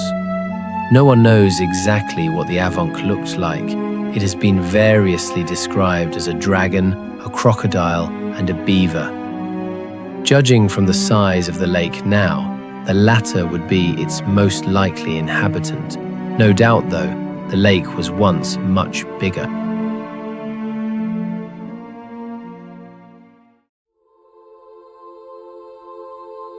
Crouched in the lee of 3 hills, most notably the Tor, the ruins of Glastonbury Abbey are all that remain of what was once the greatest monastic foundation and church in all of Britain.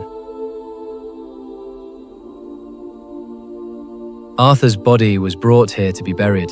Today, a plaque marks the spot where, in 1191, his tomb was apparently uncovered by builders working on the restoration of the abbey after it had been almost destroyed by fire in 1184. Whether this was truly Arthur's grave or a complicated forgery perpetrated by the monks to raise funds to rebuild their half-burned church has been contested ever since. A lead cross, last seen by William Camden in the 18th century, used to be displayed in the abbey. It read, "Here lies buried the renowned King Arthur in the Isle of Avalon." There are those who believe it a forgery and those who think it was the genuine gravestone of Britain's greatest king.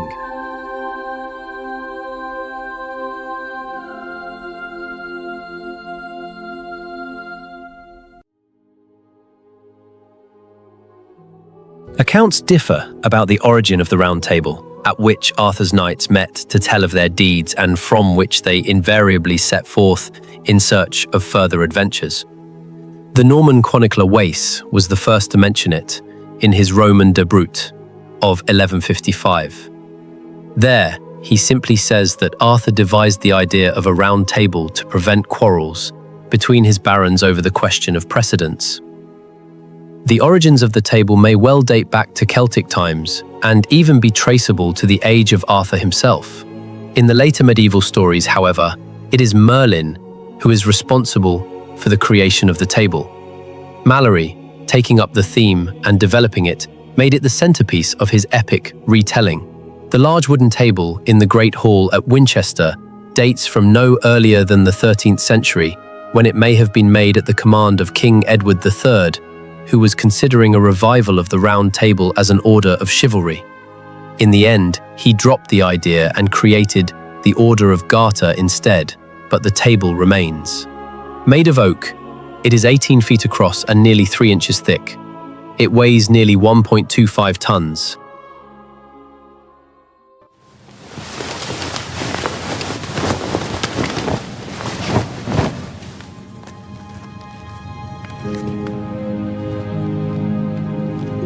This table belonged to the ancient kings of Camelot. A round table afforded no one man more importance than any other. They believed in equality in all things. This still pool of water reflects the shape of nearby Dinas Embris, and it is said to have been the site of a long-ago battle between Owain, one of Arthur's greatest warriors, and a giant. Here, also in a secret place, the usurper king Vortigern is supposed to have hidden the throne of Britain beneath a great stone. Above is one of the many mysterious pools or lakes which have been associated with King Arthur and his heroes. This may be in part a memory of Merlin's treasure, which is apparently buried beneath the nearby hill. Cadbury Castle has been associated with King Arthur and Camelot since at least the 1500s, when John Leland, a renowned British author, wrote about it in his account of ancient British history. He wrote, "At the very south end of the church of South Cadbury standeth Camelate, sometime a famous town or castle. The people can tell nothing there but that they have heard say Arthur much resorted to Camelate." When he refers to Camelate or Camelate, he is of course talking about Camelot of Arthurian legend, the famous capital and court of King Arthur, where the Round Table would have set and where the Knights of the Round Table would have met. There is a causeway that links Glastonbury Tor to Cadbury Castle, and this land bridge is known as King Arthur's hunting track, further lending to the legends that surround the area. During the 1800s, a group of Victorian archaeologists came to investigate the stories surrounding the hill, and while there, a local man approached them and asked if they had come to dig up the king. There is still plenty of folklore surrounding the hill, and legend has it that if you leave a silver coin and your horse at the hill on Midsummer's Eve, you'll find your horse re-shod in the morning.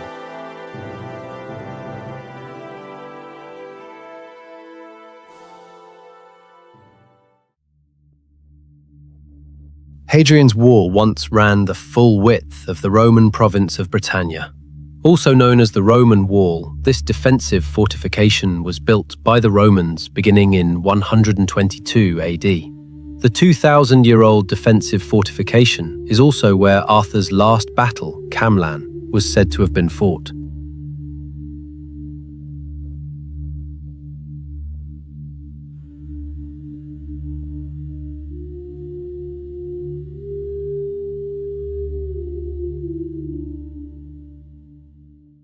Before the drainage of the largest freshwater lake in England in the 17th century, Martinmere Lake stretched as far as Rufford to the east and Churchtown to the west.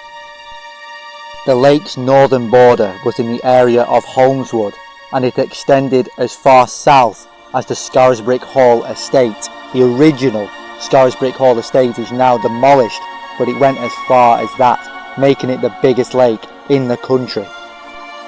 After the drainage, the area is now covered in farmland.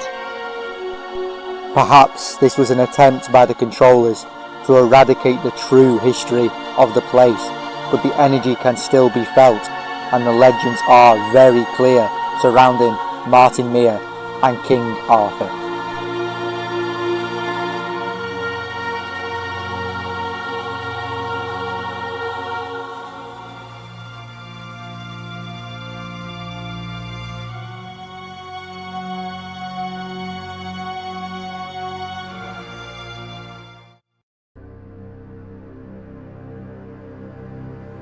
Going through the area surrounding Martinmere is one of Britain's most powerful ley lines.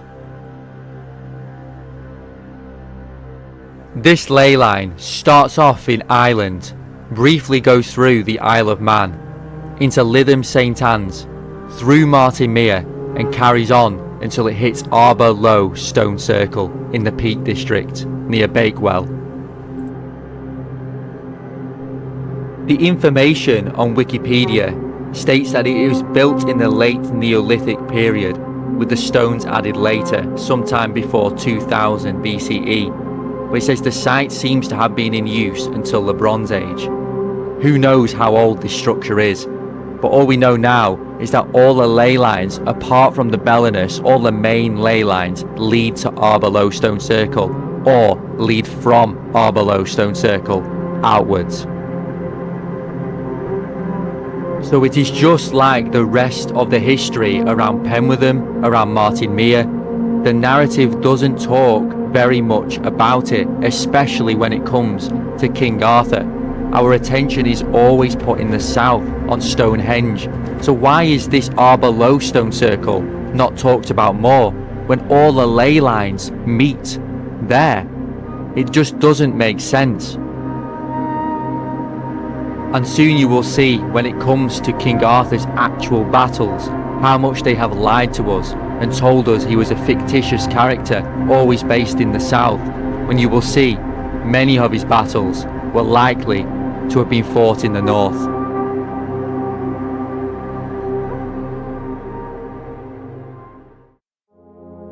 What I'm about to read is a document by William Frederick Price on the 2nd of February 1899, and in the 4 wild battles by the shore of Douglas, Lancelot and Elaine, Tennyson.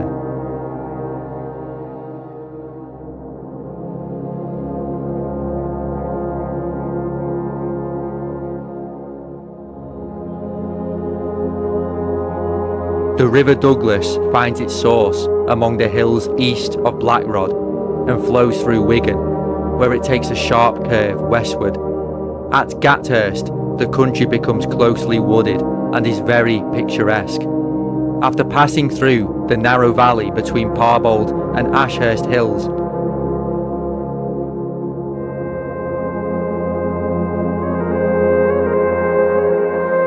the river continues its course over a vast plain until it reaches the Ribble estuary at Hesketh Bank. Camden aptly writes, Douglas a riveret, creepeth and stealeth along quietly by this place, Wigan, near until which our noble Arthur, as Ninnius writeth, put the Saxons to flight in a memorable battle.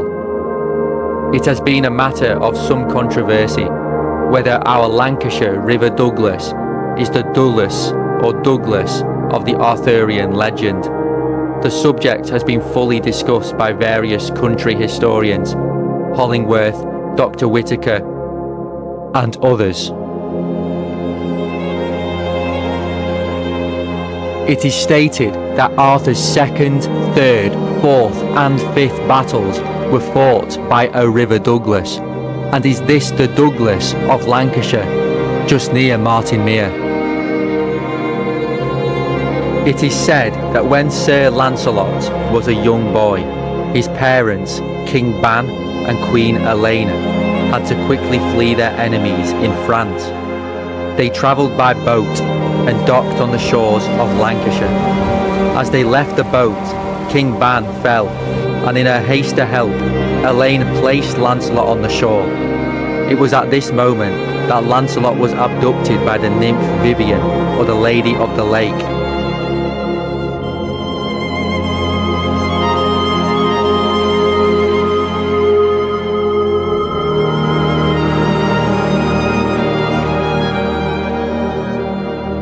Vivian raised Sir Lancelot, whom years later entered King Arthur's court and was knighted Sir Lancelot of the Lake. Martinmere has since been known as the Lost Lake of Sir Lancelot, and some also claim that the sword Excalibur was thrown into the lake and to this day remains lost on the mere.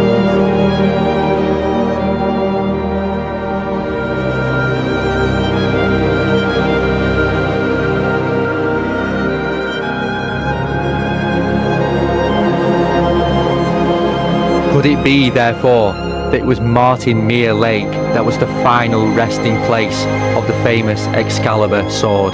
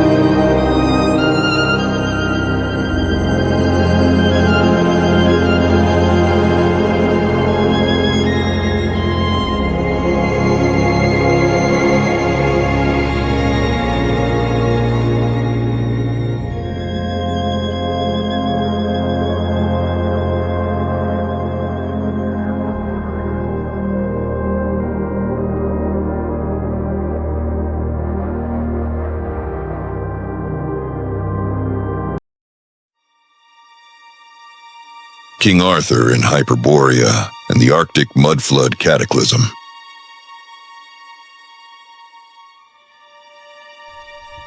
The legends speak of an advanced race at the north called Hyperborea. The Arthurian legend is universal and international. There are a number of source materials which document King Arthur in the northern lands and his quest to the North Pole. Connected to the Arthurian legend,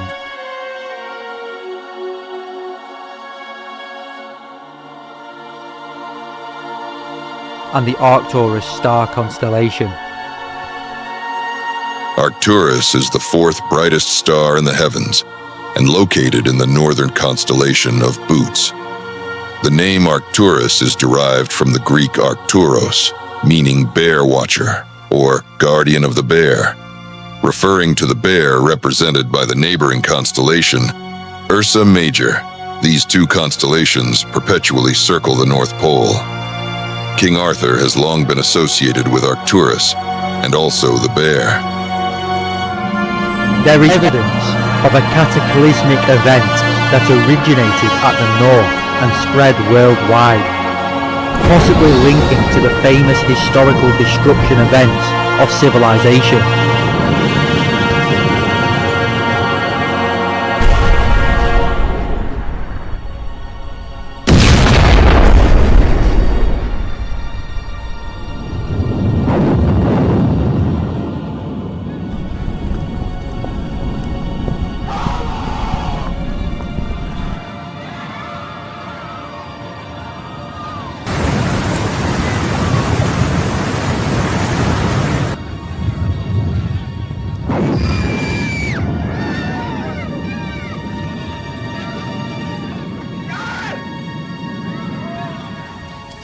In the frozen earth of Siberia, remains are found of lost animal species such as the giant mammoth, wiped out by a sudden global cataclysm.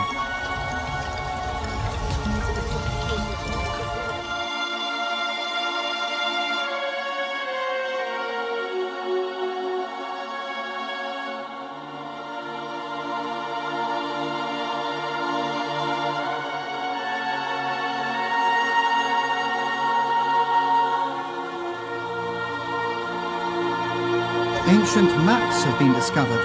A world map by Johannes Ruysch, the Universalia Cognitae Orbis Tabula, published in an edition of Ptolemy's Geographia in Rome in 1508, actually mentions the Inventio Fortunata and shows the same 4 islands around the North Pole. 2 are labeled Insula Deserta. The one north of Europe is that of the Hyperboreans, and the one north of America is labeled Aron Fe. He labels the waters within the 4 islands as the Mar Sugenum and speaks of a violent whirlpool that sucks the incoming waters down into the earth. In addition, his map shows a ring of small, very mountainous islands around the 4 main islands, which Ruysch says are uninhabited. A high magnetic rock at the Arctic pole is also described. There are many other contemporary maps, literally scores, including examples from as late as the 1700s, that show the same configuration of islands around the pole. The most famous Inventio Fortunata-inspired map is Mercator's 1569 world map with its polar insert. Map collectors have been saying for decades that this map contains details such as the island in the Hudson Bay and the 2 major rivers that feed into it, that were unknown to other cartographers and didn't appear on maps until the 19th century, 300 years later. When we highlight the septentrional isles at the North Pole as being ground zero for the cataclysmic event and superimpose a modern bathymetric map over Mercator's polar insert map, we see some surprising results.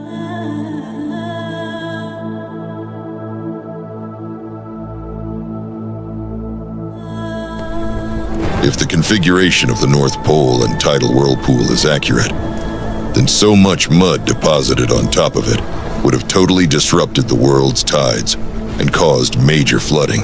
The Norwegian Arctic explorer, Dr. Fridtjof Nansen, in his book, Farthest North, relates his observations of several anomalous phenomena on his Arctic expedition of 1893 to 94 in the ship, the Fram.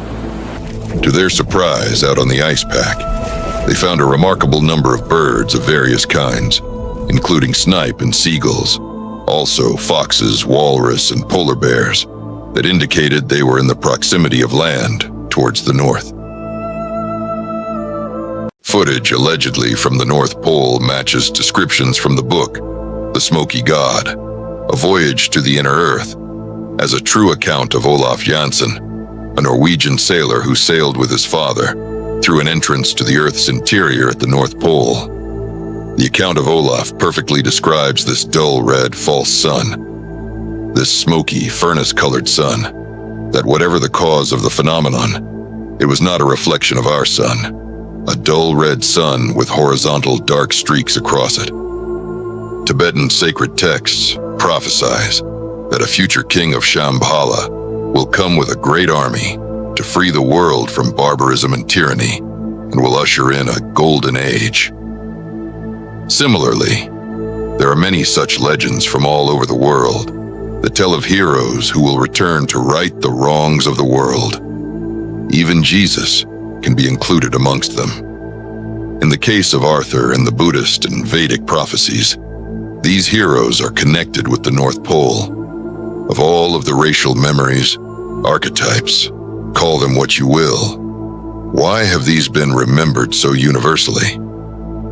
Surely this indicates a common ancient source.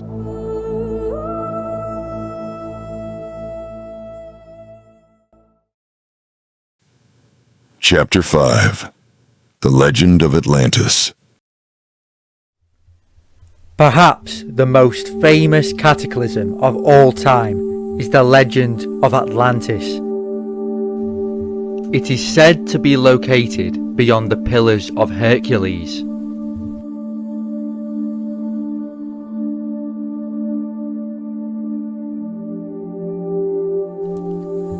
Poseidon created Atlantis in the first place.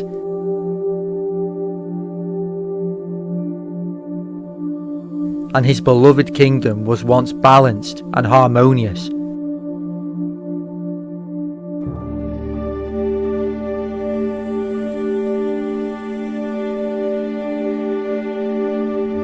In the temple of Poseidon, all of the natural laws of the land were inscribed. But once the people started going against these laws, that was where the downfall began. Inside the temple of Poseidon featured a massive statue of the Greek god in a chariot being pulled by 6 winged horses. Poseidon has always been and still is the guardian of the oceans and the seas.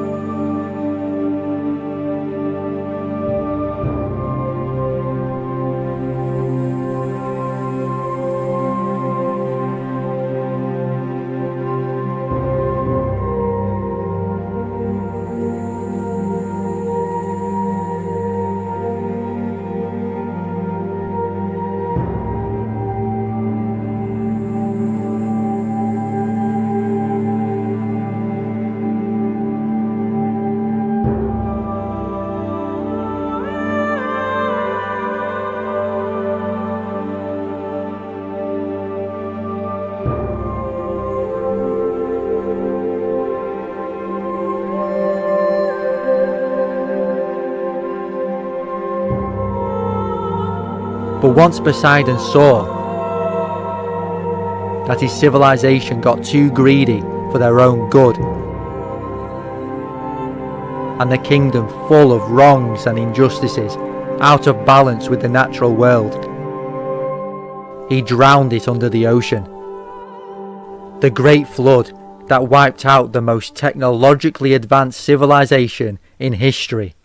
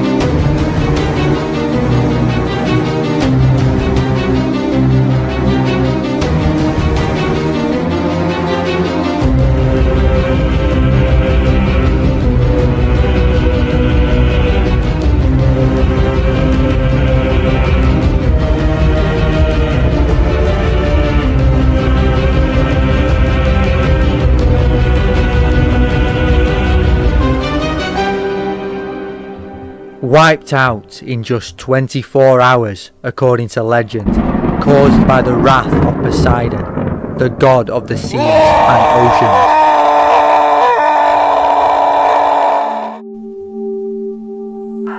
The legends speak of one terrible night of fire and earthquakes.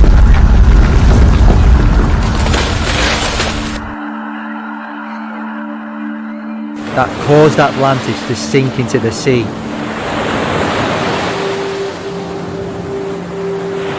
Could this be the Great Flood that all the tribes and religious texts speak of? It matches well enough, but are people understanding the significance?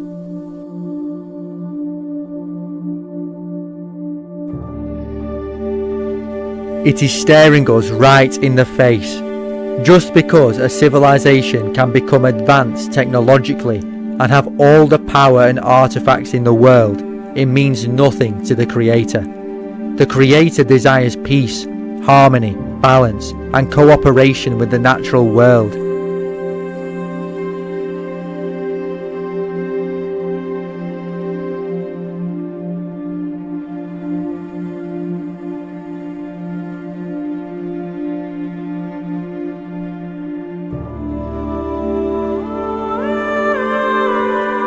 Not a race that was so caught up in their arrogant, narcissistic ways that they started to pit themselves against each other and nature. So the gods wouldn't have it and sent a clear warning of what would happen if we ever fall out of balance with our mother.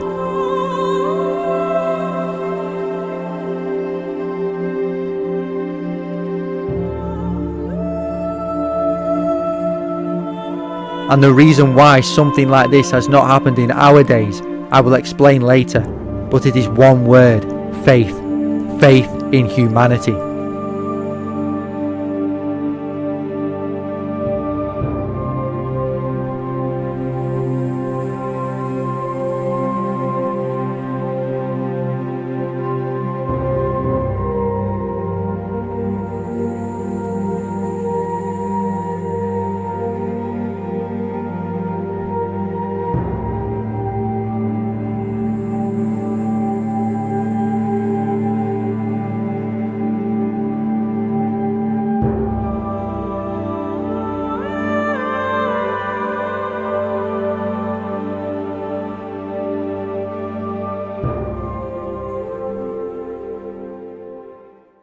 Athena, dance of the gods.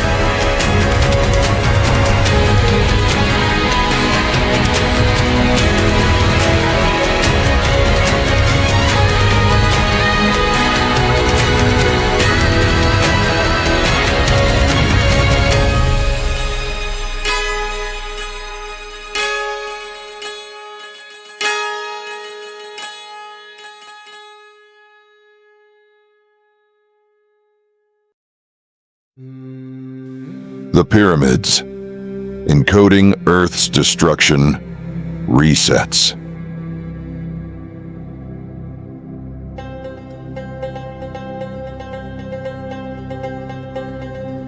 The pyramids are encoding the reset dates of our realm.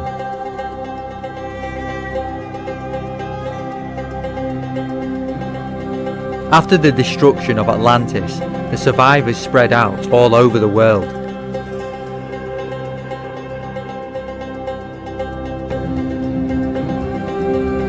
And built the pyramids, encoding the knowledge of the 26,160 year reset, so the future generation could access this knowledge.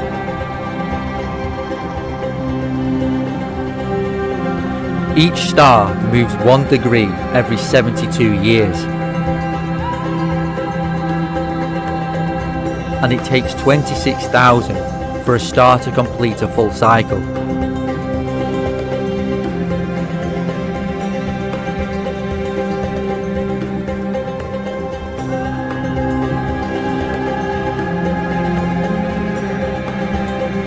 The 4 angles of the Pyramid of Giza refer to the 4 signs of the zodiac of Taurus, Leo, Scorpio and Aquarius.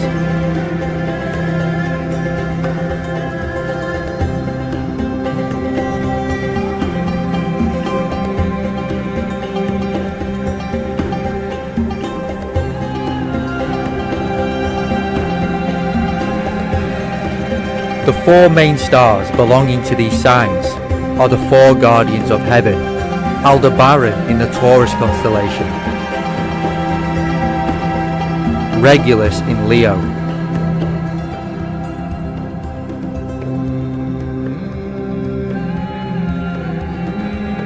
Antares in Scorpio,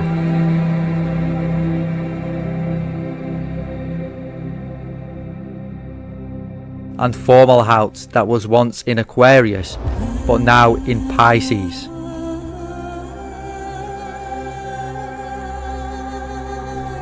These stars keep the same position in relation to each other.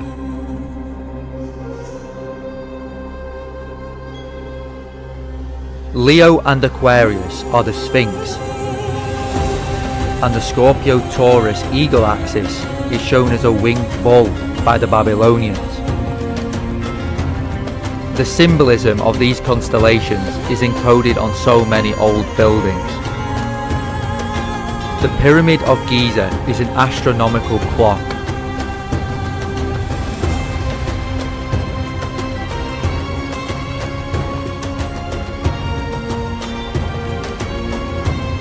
The Sphinx's head marks the completion of a cycle every 26,000 years.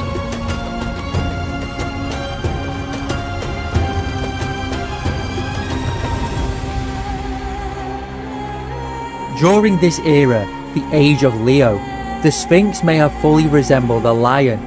It would have been looking directly due east at its celestial counterpart as it rose at dawn on the vernal equinox in 10,450 BC. Mathematical encoding in the Great Pyramid.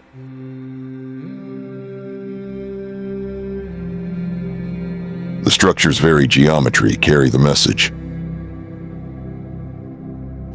The Great Pyramid's elevation encodes 3 of the most important constants in mathematics: pi, phi, and e. The Great Pyramid is not a tomb, but a tome, open to all those who possess geometrical understanding. Let no one ignorant of geometry enter. The slope angle of 51 degrees, 51.51 in decimal form, comes from measurements taken off the remaining casing stones. Detailed survey data from Flinders Petrie and J.H. Cole. It is no coincidence that the speed of light and the coordinates of the Great Pyramid are the same. The Great Sphinx of Giza's hidden chambers.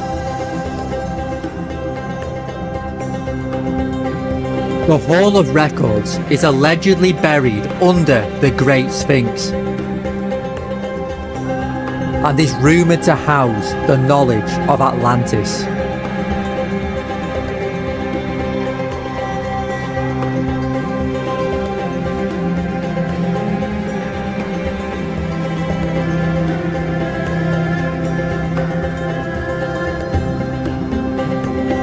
A highly advanced civilization existed, and the Giza Pyramid is a remnant of their technology.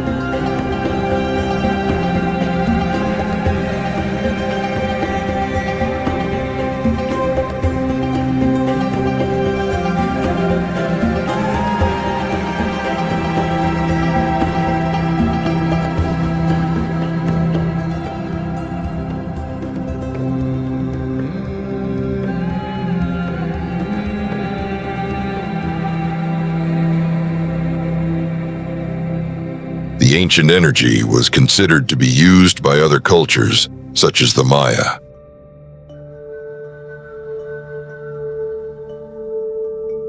The pyramids of Giza were the source of ancient free energy.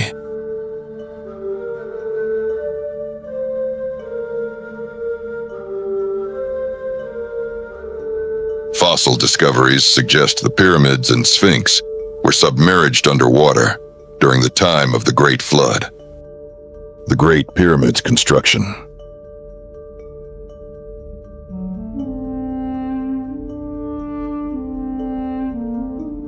Built using a combination of construction techniques,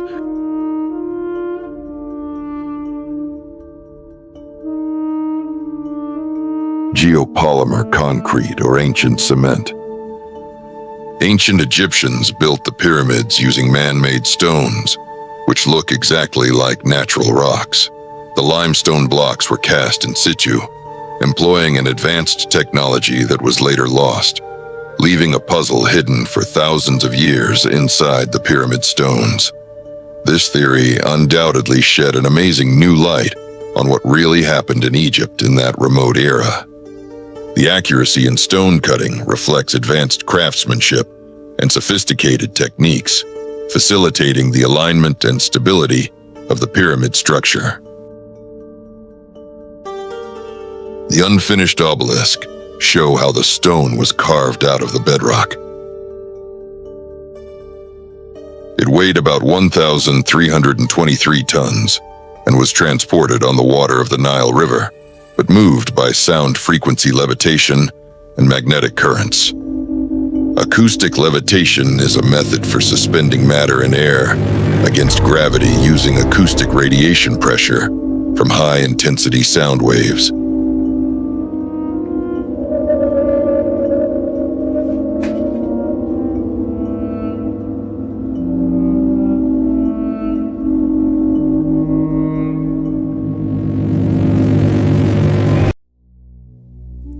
This section is designed to provide powerful information on the essence of creation and the foundations in which our world is built upon.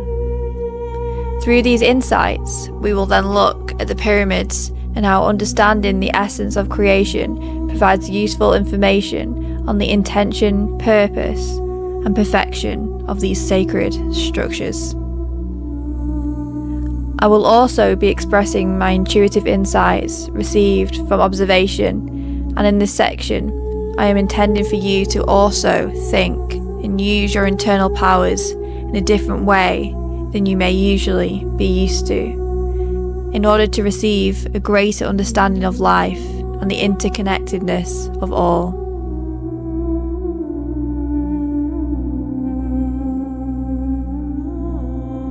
This way of connecting can allow us to understand more about these magnificent structures and the ancient world.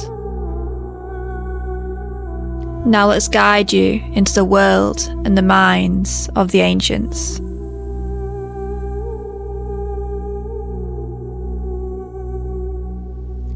In part 1 of this chapter, we will be discussing the fundamental foundations of existence. Okay. So to begin with, I want to start by bringing your attention back to the basics. back to the very fabric of existence. Life is way simpler than our own self-made complexities usually allow ourselves to believe, and that the answers are always found in the simplicity.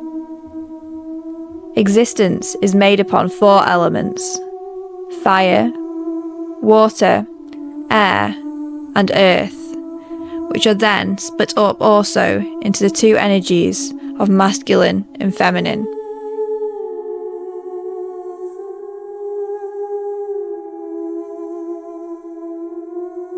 Fire and air being masculine, water and earth being feminine. These combined energies create existence as we know it.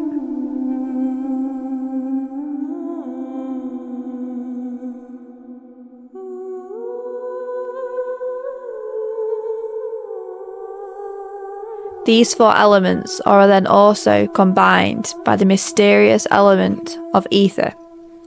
Ether is the oneness that is produced by manifestation, but also the oneness that creates manifestation. Manifestation and oneness cannot be separated, for they will always lead back to the other.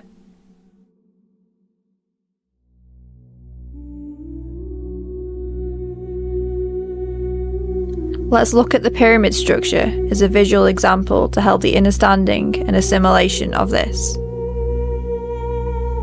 So the point of the pyramid is ether, where all the elements meet into one, and each of the foundation points are the 4 elements. If you take a look at the diagram and see if we took away the point, ether, there will be no pyramid, or if we took away the foundational points, or just one of them, there would also be no pyramid. Now, this simple fact is actually all you need to know. Just observe this for yourself.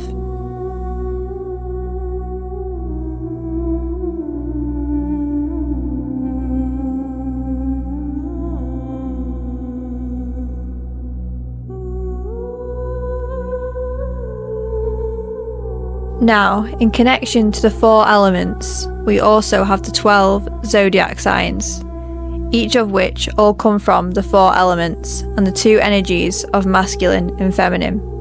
I will demonstrate this visually.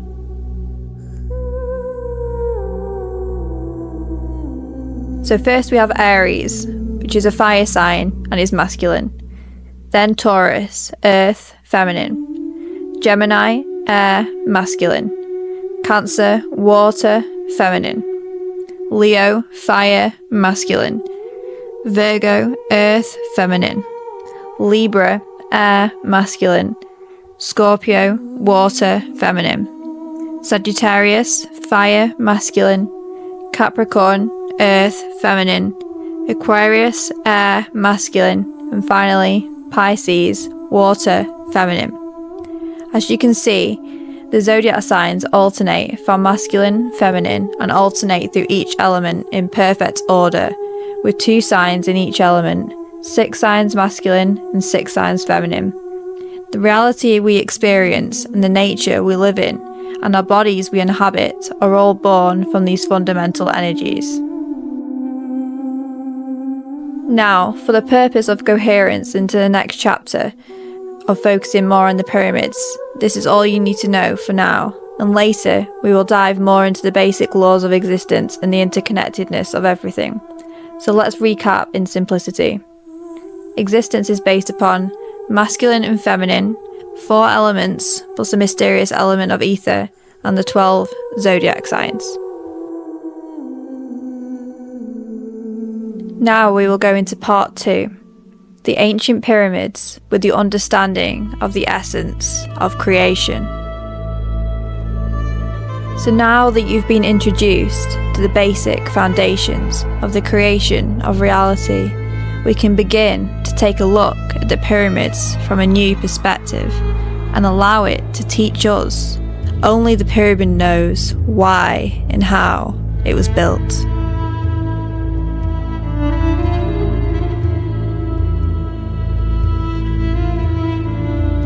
The pyramids and all ancient structures represent way more than what our minds can comprehend.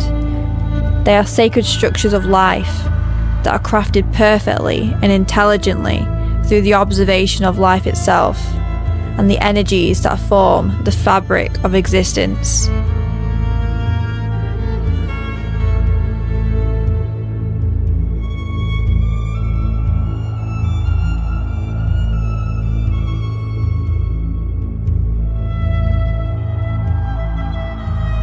They have not just been made in a physical way to produce the structure, but also in a metaphysical way. It is being crafted in precise energetic alignment, and this precise energetic alignment is what has created such a magnificent structure.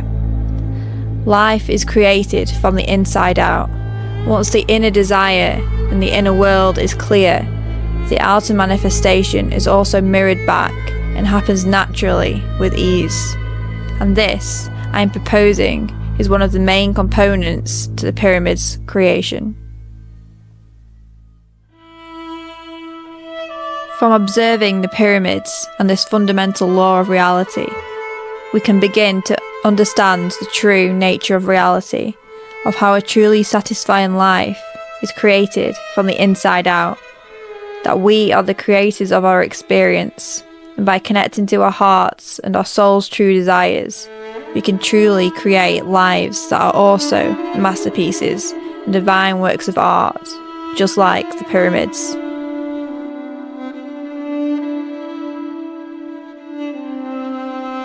Okay, so let's look in more detail at the energetic alignment of the pyramid. Each of the four corners of the Great Pyramid are in alignment with one of these four zodiac signs: Taurus, Leo, Scorpio, and Aquarius. In the 12 zodiac signs, we have either cardinal, mutable, or fixed, and we have 4 in each of these categories.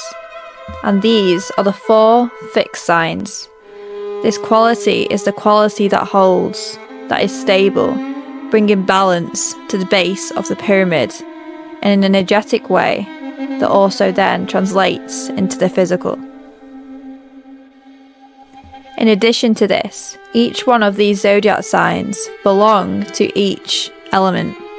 Taurus is earth, Leo, fire, Scorpio, water, Aquarius, air, demonstrating how the integration of all the elements and the energies they hold is what creates balance, and also ether, the point, the oneness. My view of ether is the integration of all, the highest point.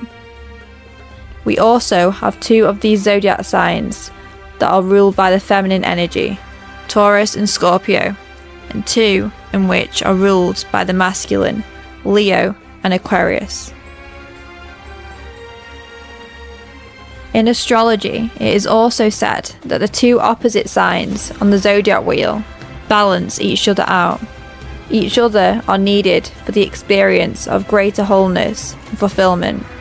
And what is interesting here is that when we look at the pyramid, we have the Taurus and Scorpio axes. These are 2 opposites, and the Leo-Aquarius axes, and also are 2 opposites, and they are placed opposite to each other on the pyramid, again creating perfect balance.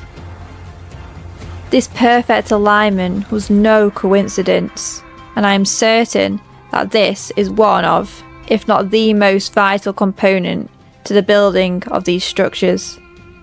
I think the ancients wanted to leave something that would stay with humanity for infinity, that the logic would struggle to understand, yet these structures hold the secrets to reality. That those who are willing to let the pyramid share its reason for being will be able to receive the truth.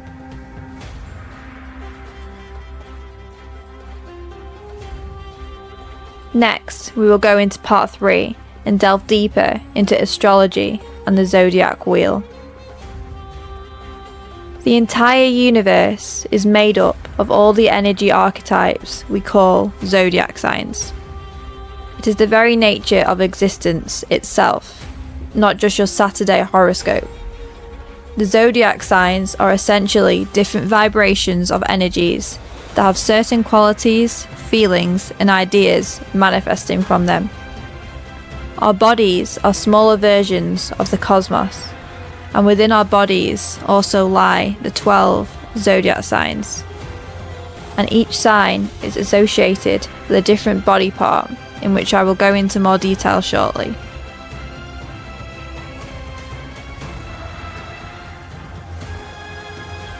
The zodiac signs we call our sun sign, or rising sign, or moon sign, are generally the most prominent zodiac sign energies that we hold within our being and expression, and our consciousness, and therefore we experience more of those attributes within ourselves, our personalities, and our experience here on Earth. And these signs we are born under have an intimate connection with our purpose here on Earth. Now, let's look at each zodiac sign in more detail, the attributes and the corresponding body part, and we'll explore the signs in order of the zodiac wheel. So to begin with, we have Aries. Aries is the cardinal fire sign, and its symbol the ram. Its ruling planet is Mars. The ruling planet of each zodiac sign possessed very similar qualities to the zodiac sign it rules. The body part associated with Aries is the head, and its opposite sign Libra, and its polarity is masculine. Aries is the sign of action, assertiveness, passion, drive, and forward-moving, urgent energy. The second sign of the zodiac is Taurus. Taurus is the fixed earth sign, and its symbol is the bull. Taurus's ruling planet is Venus, and the body part associated with Taurus is the throat. Taurus's balancing sign is Scorpio, and its polarity is feminine. Taurus is a grounded sign of stability, sensuality, and security. Gemini is the third sign. Gemini is the mutable air sign, with its symbol being the twins. The ruling planet of Gemini is Mercury, and its associated body parts are the arms and hands. Gemini's opposite sign is Sagittarius, and its polarity is masculine. Gemini is the sign of communication, adaptability, curiosity, and intellect. Cancer is the fourth sign of the zodiac, and is the cardinal water sign, with its symbol being the crab. The ruling planet of Cancer is the moon, and its associated body part are the breasts. Its opposite sign is Capricorn, and its polarity is feminine. Cancer is the sign of the home, and is an emotional, intuitive, sensitive, and empathetic sign.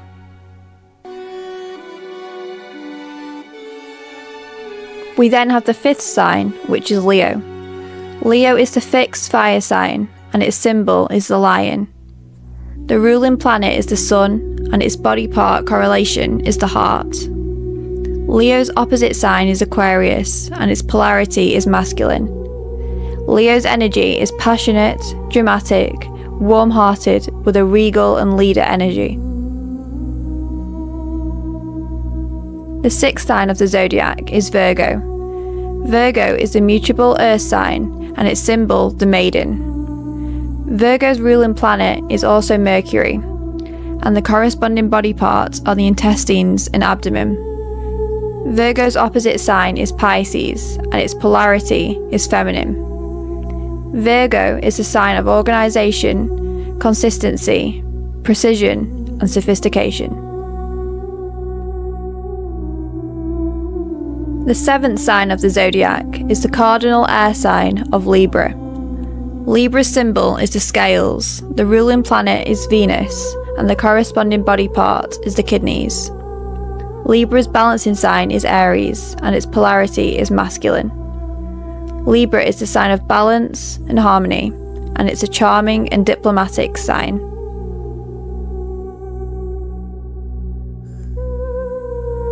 The eighth sign of the zodiac is the fixed water sign of Scorpio. Scorpio's symbol is the scorpion.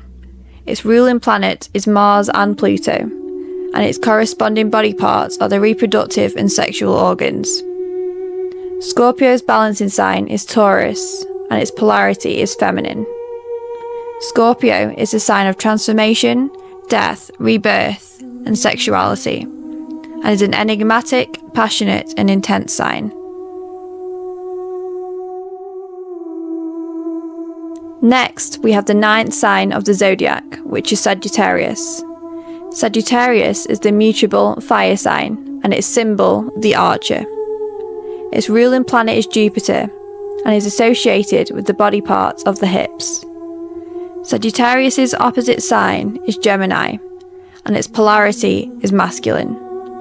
Sagittarius is the adventurer and the freedom seeker. The energy of Sagittarius is light, grounded, and inquisitive.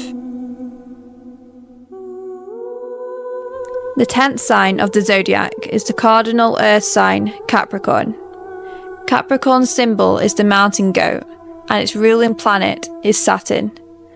Capricorn is associated with the knees. Its opposite sign is Cancer, and its polarity is feminine. Capricorn is a sign of structure, rationality, dedication, and reliability, and is grounded in a persevering sign. The 11th sign is the fixed air sign of Aquarius. Aquarius's symbol is the water bearer, and its ruling planet is Uranus. The associated body part with Aquarius is the legs, and its opposite sign is Leo. Its polarity is masculine. Aquarius is a sign of new concepts, uniqueness, individuality, independence, and abstract concepts. Lastly, the 12th sign of the zodiac is the mutable water sign of Pisces. Pisces' symbol is the fish. Its ruling planet is Neptune, and associated body part being the feet. Pisces' balancing sign is Virgo, and its polarity is feminine. Pisces is a sign of intuition, imagination, and creativity. This sign is sensitive and empathetic. So these are the 12 zodiac signs and the basic energies that operate within them. They each hold completely unique fields of energy, which creates up our manifest realm and our bodies. As an additional note, generally the sun sign you are born into, if in a state of illness or life challenges, the symptoms and experiences you generally have are quite often in the area that your sun sign rules.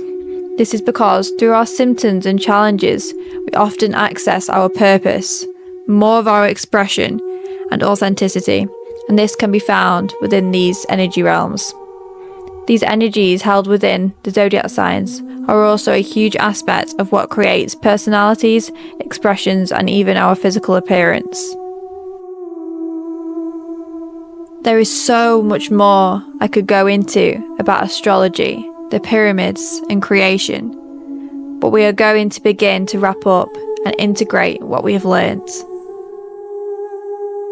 I believe that the builders of the pyramids themselves were students of life and wanted to understand creation, and through that exploration, a masterpiece was built. I do not believe that they only had one use, but rather they wanted to understand reality, to see what would happen through aligning certain energies together, and potentially what structure that would create, and the immense power it would hold. By observing the pyramid, we can see how energy exists before matter, and when we channel our energy into focusing on the inner, the physical manifestation happens with ease and true satisfaction, for they are not separate. I believe this is what the pyramid represents, and potentially what the builders were trying to show us. The pyramid is a symbol of life, the truth of life.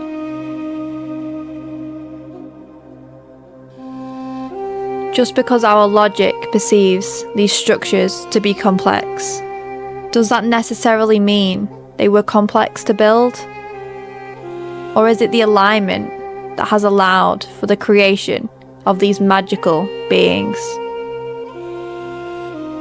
If we open our minds, we can also see that this is true. These laws work just the same for the creation of our own reality. And through studying the pyramid, we can begin to understand extremely helpful information as to how we can experience true soul fulfillment through the understanding and integration of the same basic principles. The inner will always lead to the outer, and the outer, the inner. The integration of them is where the magic lies. It's where we bridge the worlds of the seen and unseen together.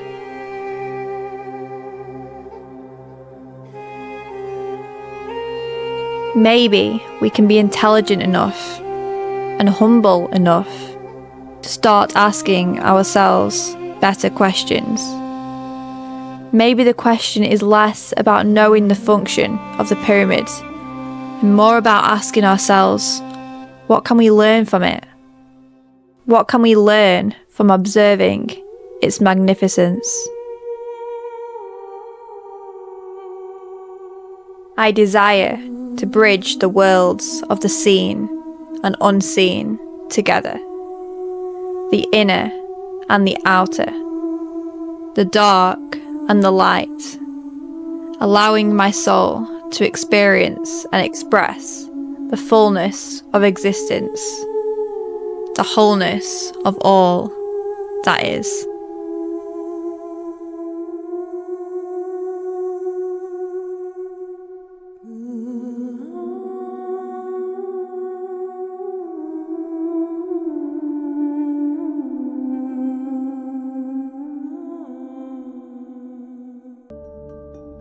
It's a man named Grebennikov from Russia. Grebennikov was kind of a non-conventional scientist. He was an entomologist, did a lot of work with bugs, entomology. And his favorite thing was to go out into the steppes of Russia and into the various outer hinterlands and camp out in the summers and study his favorite subject. And on one of these expeditions, he started seeing some weird effects. Show that there was he found a certain bug that didn't fly, it levitated. And this was, he'd put this bug into a little vial or something, and he saw this vial jumping up off the lab table, jumping up and down. And of course, this is patently impossible based on any type of normal physics. So he got into this, and he found out that the bug wings themselves were creating an anti-gravity phenomena under certain conditions. I think I found the bug. It's actually a beetle. And if you analyze this bug structure, you see a hexagonal pyramid structure array throughout the entire bottom wing of this bug. And anyway, he took a whole bunch of these bug wings and he glued them to like a Venetia blind structure, and he put it into a little platform he built. So they were all, these bug wings were all covered in here. And he used I theorize he used the wing covers as well as the inner wing itself. There's also a kind of a handlebar on this thing with some controls. You can see the thing a little better here in detail. The controls, I think, had to be manipulated continuously and probably vibrated to create the same action that the bug was doing. There was also down at the base some kind of a lever, which I suspect controlled the amount of lift he was getting out of this thing. Anyway, Grebennikov claimed that he could fly this thing or levitate it, and it would go around at almost 1,000 miles an hour. He said that there was an energy field that built up around this thing due to this, and by this thing building up, it built out a force field that basically surrounded him and protected him from the local environment. This is the platform with him on it about 3 to 6 feet above the ground, because here's the shadow here down below. All the answers you are seeking are in nature, if you take the time to look.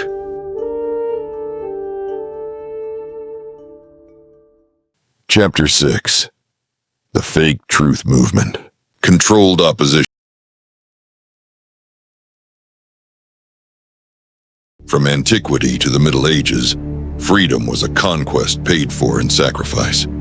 Spartacus led slaves against Rome. Galileo challenged the Inquisition to defend science. Giordano Bruno was burned at the stake for daring to think beyond the limits of dogma. Different figures, united by the courage to rebel against powers that repressed thought and human dignity.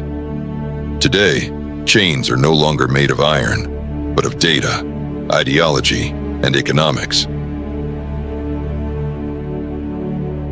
The new Spartacuses are activists and whistleblowers like James and Amani, who expose the elite controllers of this world through films like The Prophecy of Albion. The new Galileos are scientists and thinkers who battle misinformation and obscurantism. And the new Giordano Brunos, perhaps they are those who in academia or independent media risk marginalization to defend uncomfortable truths. Freedom remains an ethical frontier. The weapons may change, but the struggle to think and live as free human beings continues. From Spartacus to modern whistleblowers, the history of liberty runs like a red thread through the centuries. In the 1st century BCE, a Thracian slave dared to defy the most powerful empire in the world. His was not just an armed revolt, it was a universal declaration against injustice. 2,000 years later, chains no longer rattle on wrists. They flow through digital cables. Slavery has changed its face. Today it's called control, surveillance, and invisible manipulation. Every age has produced its rebels of thought. Giordano Bruno died for defending the infinity of the universe and the autonomy of reason. Galileo was forced to recant for daring to look at the sky with liberated eyes. Today, who are their heirs? A new breed of dissidents. They are not flawless heroes, but they embody an ancient urgency to liberate information from the grip of fear and empowering humanity to unite. The battlefield has shifted. We no longer fight with swords, but with data, servers, and algorithms. Artificial intelligence is not neutral. It reflects its creators, controllers, and users, and is often used to silence dissent.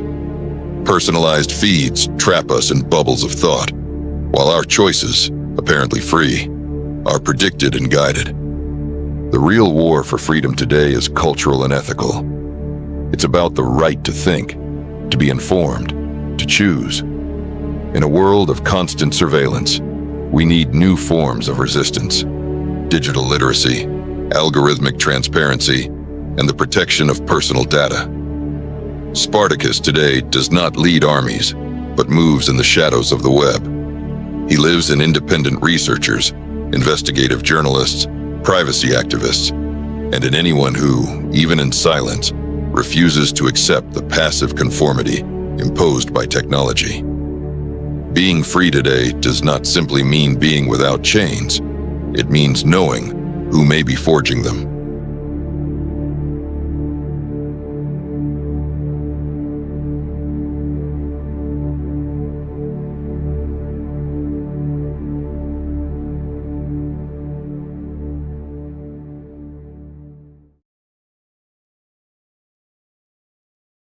Chapter 7.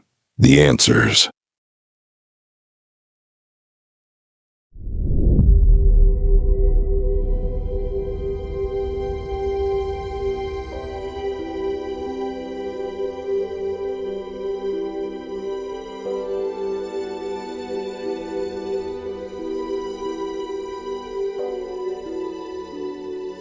The journey of wholeness is the healing journey I choose to embark on.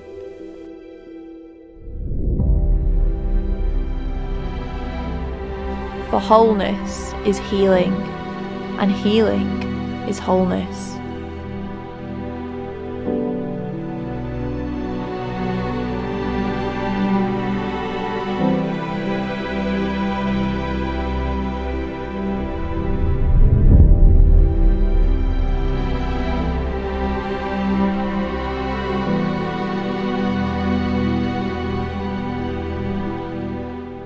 An ever unfolding, evolving wholeness that is already whole.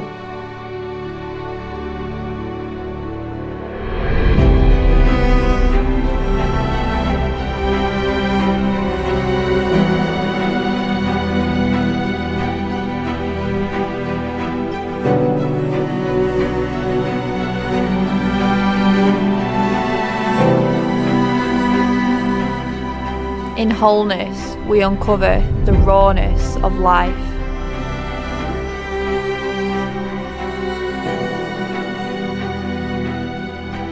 The messy imperfections of perfection.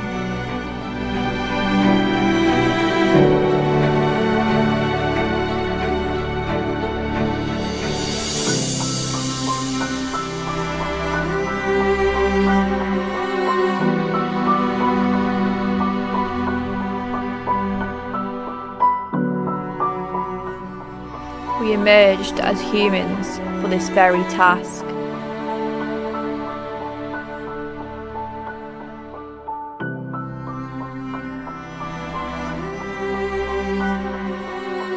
To pick up the broken, unwanted, scattered bits of ourselves and bring them into wholeness.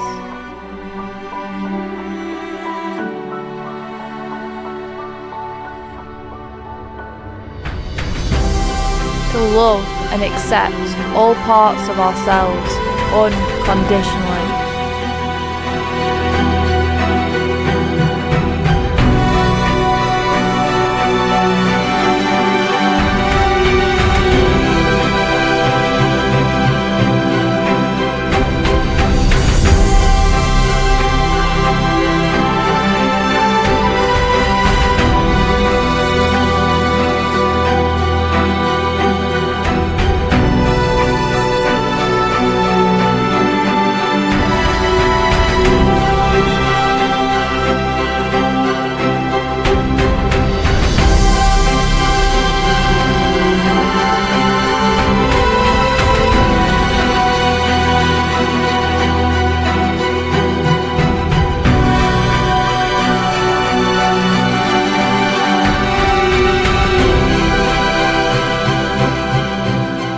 Nothing is forgotten, unwanted, or rejected.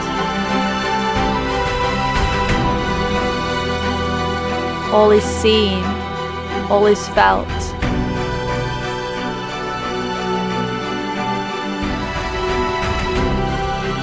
All is integrated into wholeness.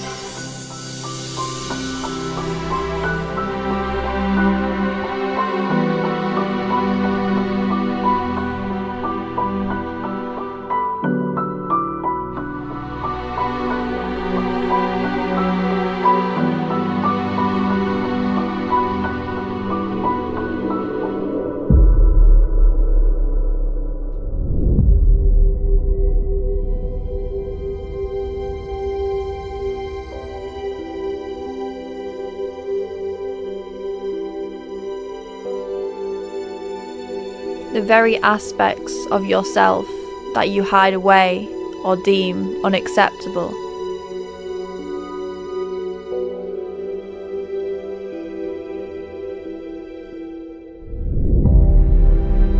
Spark up into consciousness to be seen, felt, and accepted.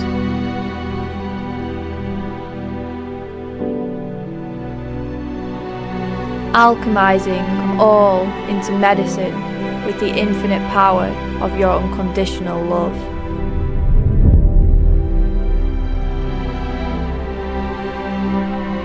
In life, everything seeks to be expressed.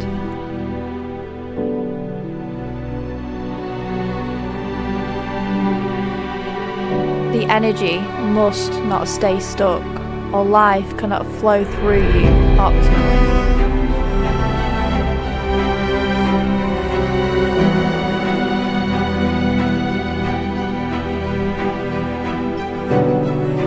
You must witness it all from a higher perspective, in which you are already whole.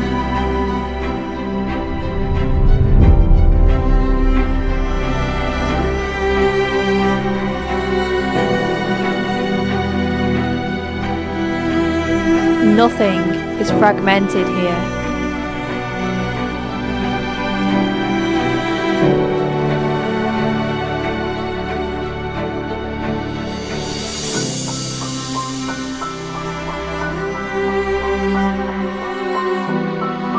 You are whole and returning to wholeness simultaneously.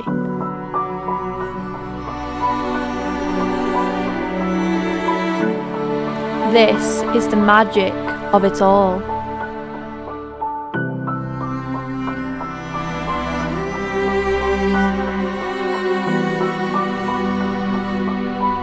You never needed to become anything.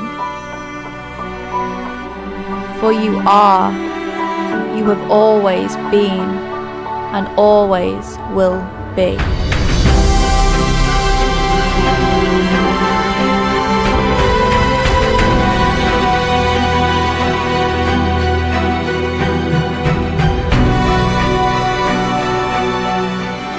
The journey of life is returning to who we already are on all levels.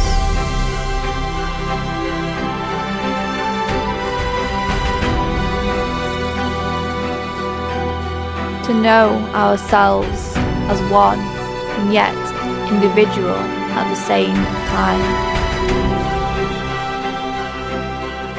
One is not above the other. One is not more enlightened than the other. For wholeness is the integration of all of it.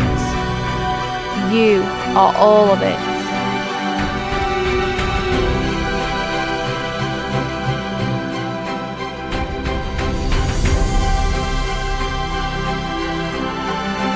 And you are whole.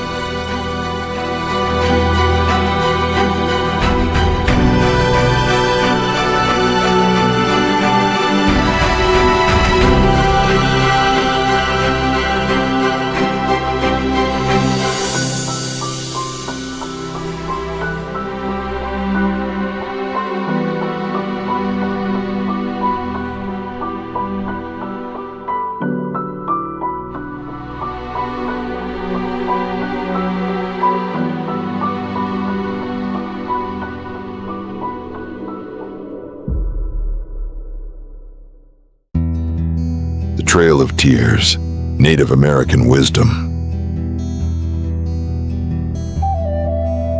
The history of the United States government's treatment of Native Americans is so sad and cruel, filled with broken promises, forced removal from tribal lands, murderous conflict, and plain genocide. They have ignored the basic human rights.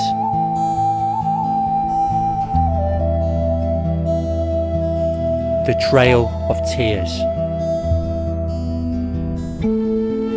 In the winter of 1831, under threat of invasion by the US Army, the Choctaw became the first nation to be expelled from its land altogether. They made the journey to Indian Territory on foot, some bound in chains, and marched double file, without any food, supplies or other help.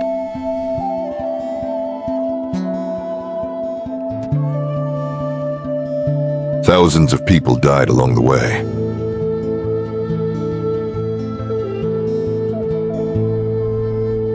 To live in peace as long as the waters run in the rivers and creeks, and as long as the stars and moon endure.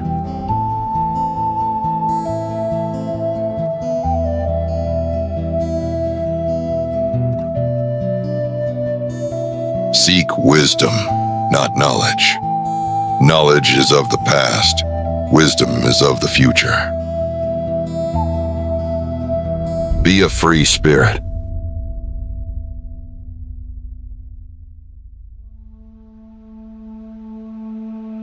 The cycle of life for a woman is baby, girl, woman and grandmother. These are the 4 directions of life. She has been given by natural laws the ability to reproduce life. The most sacred of all things is life. Therefore all men should treat her with dignity and respect, just like the rest of Mother Earth and her sacred lands. When one sits in the hopes of the people, one must be responsible, because all of creation is related, and the hurt of one is the hurt of all, and the honor of one is the honor of all, and whatever we do affects everything in the universe. The earth and myself are of one mind. Hold fast to the words of the elders. All things are connected. Whatever befalls the earth, befalls the children of the earth. I've learned that the point of life's walk is not where or how far I move my feet, but how I am moved in my heart. Treat the earth well. It was not given to you by your parents. It was loaned to you by your children. We do not inherit the earth from our ancestors. We borrow it from our children. Sharing and giving are the ways of Great Spirit. I believe much trouble and blood would be saved if we opened our hearts more. Being truthful is what makes you a true human.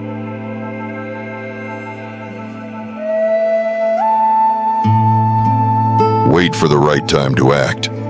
Once the time comes, step forward with courage. The Native American understanding of the land as a living thing, providing for, guiding, and speaking to the people, is expressed in many of their stories, legends, and lore. The love of possessions and riches is nothing but a disease.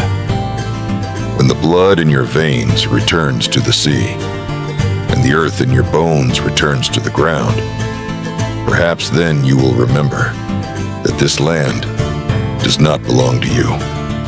It is you who belong to the land.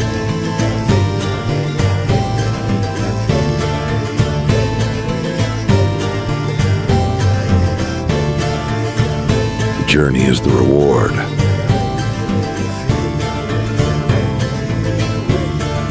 It requires great courage to be different. Make sure you have a beautiful spirit. That is what really matters. One day can change the course of a lifetime. We are all one child, spinning through farther sky.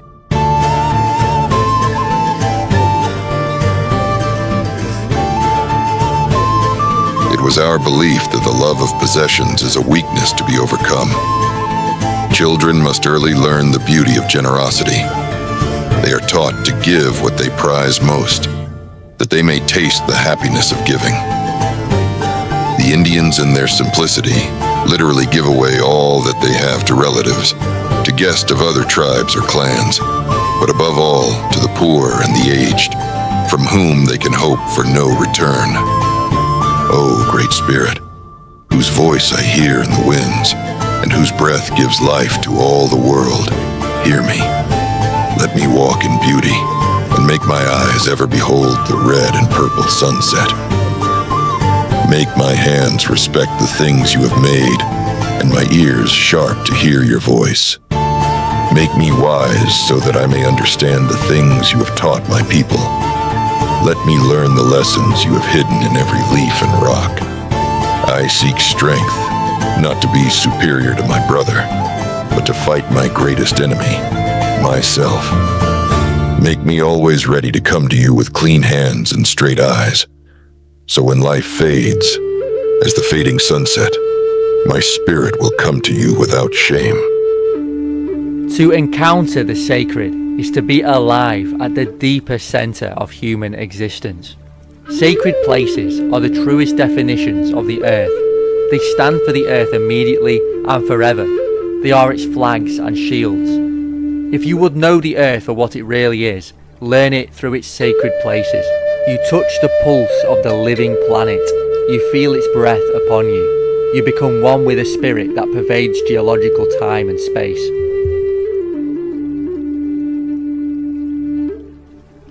Indigenous wisdom is the truest of the truth. It is the most magical, authentic, embodied wisdom that we have on our planet. These are the people that carry wisdom generation after generation, and we need these people in the world. They teach the children the truest expression of Earth and reality, and it is our duty to honour these people and embody their wisdom, as true spirituality is indigenous, as indigenous means to be connected to our Mother Earth. For thousands upon thousands of years, indigenous peoples from all over the planet have done sacred ceremonies and offerings and understood the true reality of Earth. They are the ones that have been bringing in this new time, this new vision. In dream space, they dream up our new reality so that we can enjoy the fruits of their labour. It is our job to continue with this vision, to understand their wisdom and to embody their wisdom coming into this new time. It is not through the intellect that they teach their truths. It is through the heart space. And it's through the heart space that we need to connect to these people, the elders, for our children to come. Because it is the children of this world that will co-create the new golden age, the time of Albion. This is what it is all about. Connecting to ourselves, because once we do that, the earth shifts before our eyes, like the indigenous peoples knew. We must honour them. This is why they were targeted, because they embodied that wisdom, the wisdom that would completely destroy the lies and the deceit that have been put into place on the world up until present day. But with this time now, it is different. This time now we are winning. The shift into this age that we have dreamt about for so long is so simple. It is not a complex thing. The indigenous peoples know that once we connect to our heart and be our authentic selves, living our truth, passions and dreams, that the true age of Albion can finally start. This is the greatest collective shift ever. Connect to your heart. This is the time that we have all been waiting for. In the morning, sun, I see myself, my true self. I have served you and I have loved you, my beloved soul. Who I was yesterday, who I am today, and who I become with the rising sun. I rise with you, beloved soul, space within. Tell me, whisper in my ear your truth. Tell me, when will the white buffalo come? The prayers, sweetest of dreams of those before us, of all here and now. Of those yet to come, I look to the sacred four directions. Father Sky, Mother Earth, together we breathe. White buffalo calf woman return. We are ready past, present, future. To usher in new times and new energies. Give us signs, show us the way. Balance, miracles. We are ready, higher self. Greater forces of the universe breathe us forward. We wait no longer. We are the ones. We call upon you, white buffalo, higher self, beloved soul. Secure us in your strength, faith, great willpower. We breathe. We are ready, for it is you and it is me. We are white buffalo calf woman before you. Wait no longer for the other awaken. Feel your great strength in the morning sun. We see ourselves, our true self.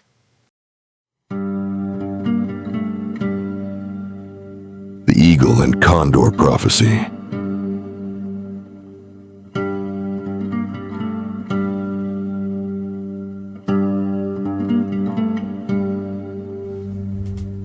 There is an ancient prophecy that when the eagle and the condor fly together, peace will reign on earth forever.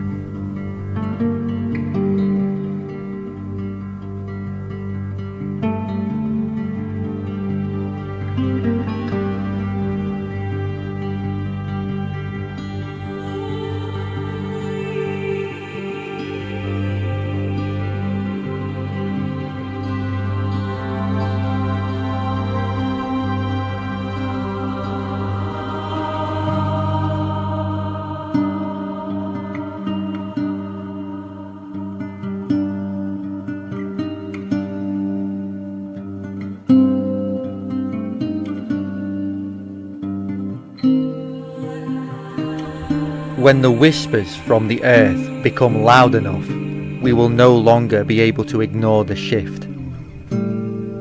Light is creeping in between the cracks, exposing the illusions and destroying anything that is not the complete truth.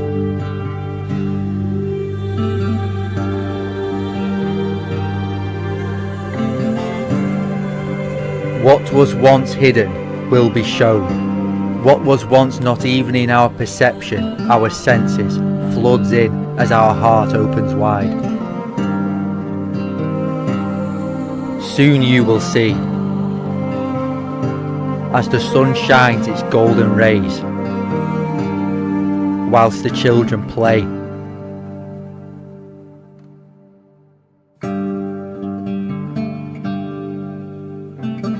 And run across the meadow.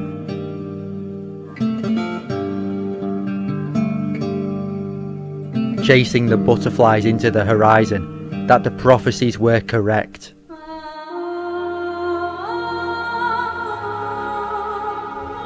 The ones with an open heart will see the world shift before their eyes.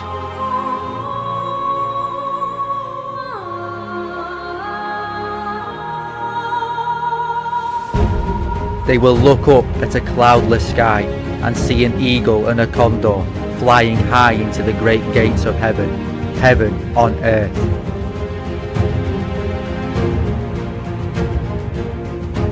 That day will beckon the time of the sixth sun.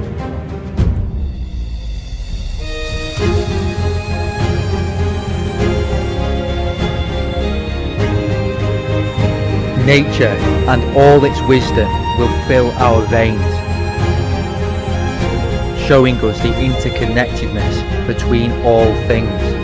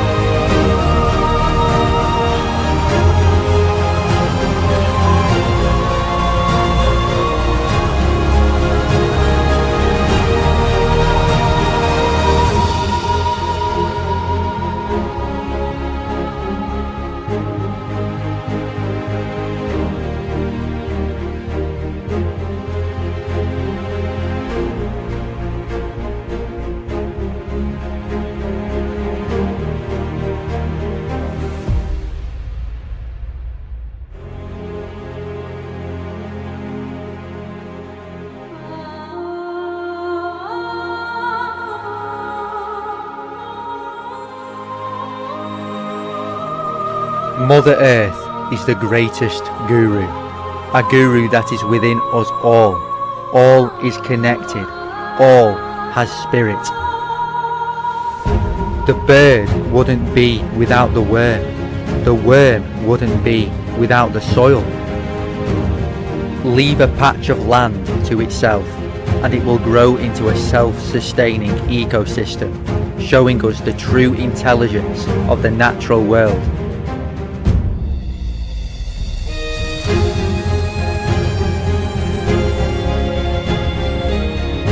Which we share also. We are a part of her. We are all God.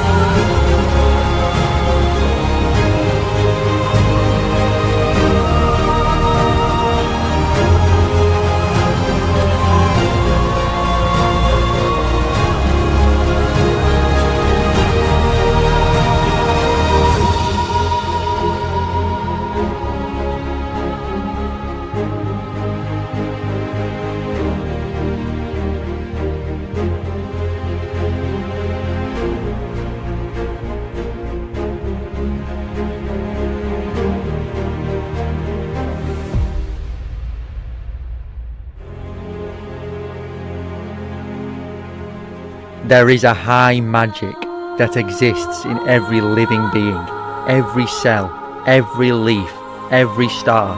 This magic can never be perceived with the intellect, never. It can only be accessed through an open heart.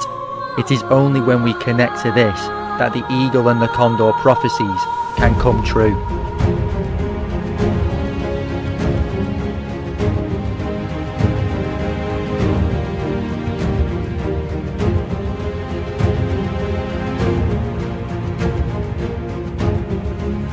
To be grounded in nature and to our bodies is the true spirituality. We are spiritual beings that are having a human experience. Our aim is to be as authentically us as possible.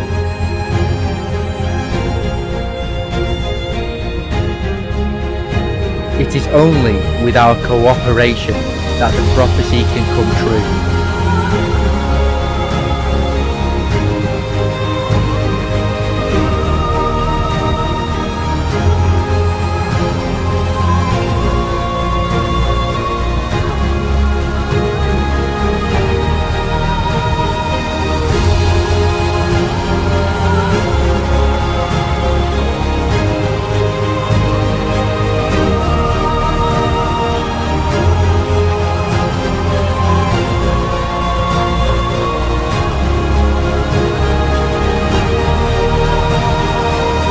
Must step into the correct timeline. The path of the heart is illuminated in front of us like a golden ray coming down from a setting sun. Follow it and believe. Believe in who you are. Believe in what will be.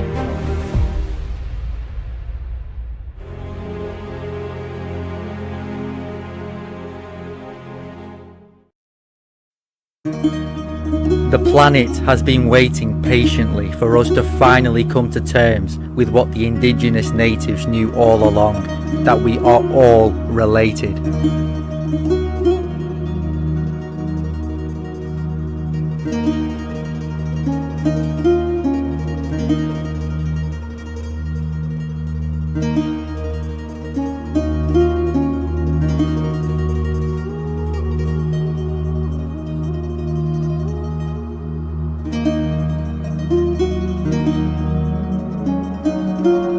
Atlantis was wiped out for falling out of balance with nature.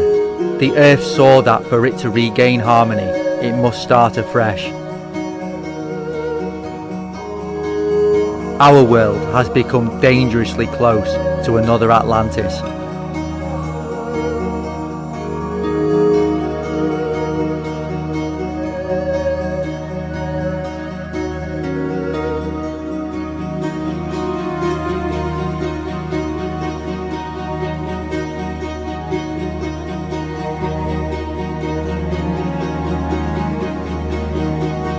However, this time, the Earth sees hope in us, and as more and more awaken each and every day, the Earth gets lighter and lighter, and slowly, the world heals.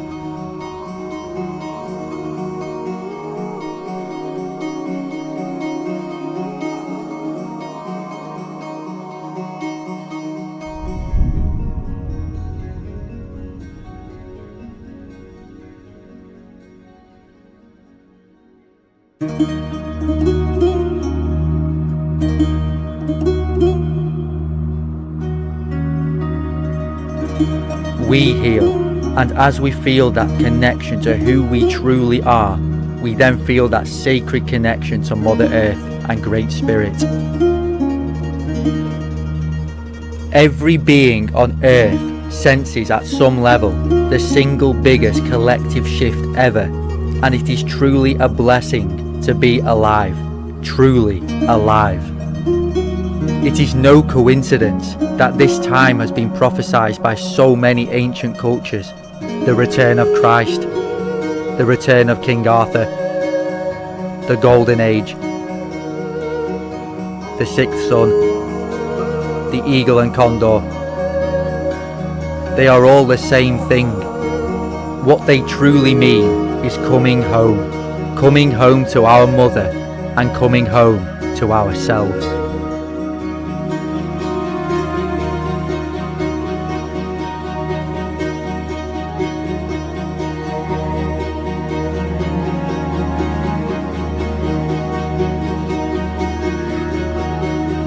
The ancient eagle and the condor prophecy is a beautiful and interesting legend that reveals future changes in our society. It's not only a message for the future and the changes that are bound to happen, but it also tells what happened in the past and how human societies split into two paths. It tells the story of conflict, but also peace and reunion. Ancient Native Americans believed that humans were divided into two groups. One group followed the path of the eagle, and the other of the condor. To Native Americans, the eagle is symbol of courage, wisdom, and strength. It's a messenger of the Creator, and we must treat it with respect.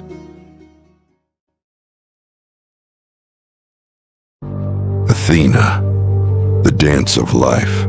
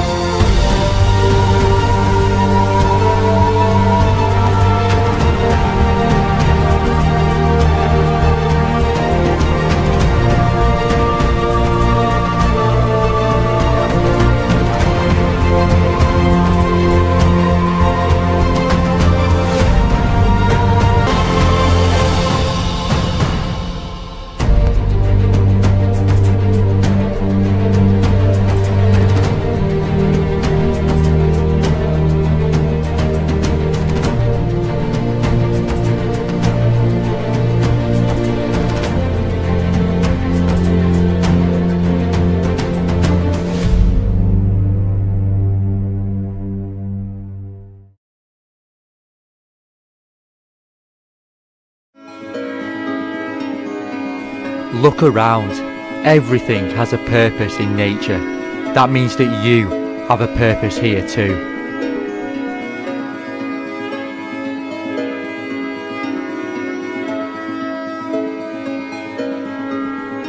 It could all be over any second. Do you realise how precious your life is?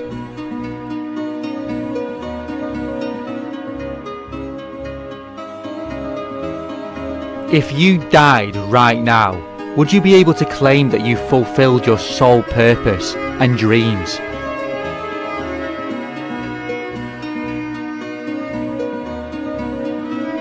Remember that every single storm has always run out of rain.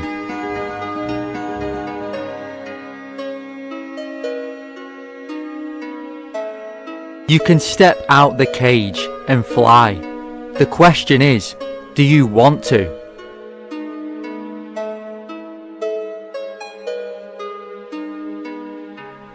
What if on the other side of fear was everything you ever wanted?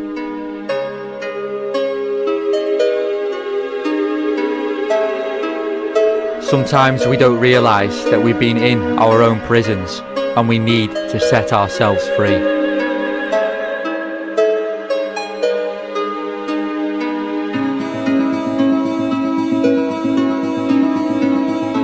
Do not give your power away.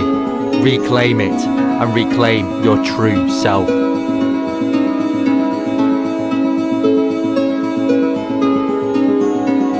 What many people don't realise and don't really think about is that we all end up passing from this realm eventually.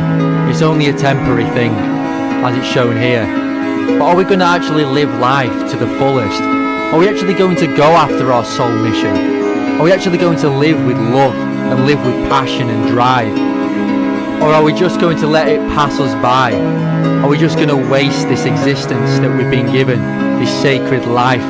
Just look around you, breathe in the air, go on a trip, get to know yourself, and treat life as the sacred thing it is. Because if you want to think of it or we don't, we are all going to end up with a tomb like this. But are we going to actually live our life the way we want to? Are we going to waste it? Are we going to enjoy it? Are we going to tell everyone how much we love them before they end up this way? Are we going to be the people we want to be? Or are we going to actually rebuild the natural world for the generations that are going to come after us? Because what we're going to leave, what are we going to leave behind once we die? What are we going to leave behind for our kids and our grandkids? And that's the question we need to ask.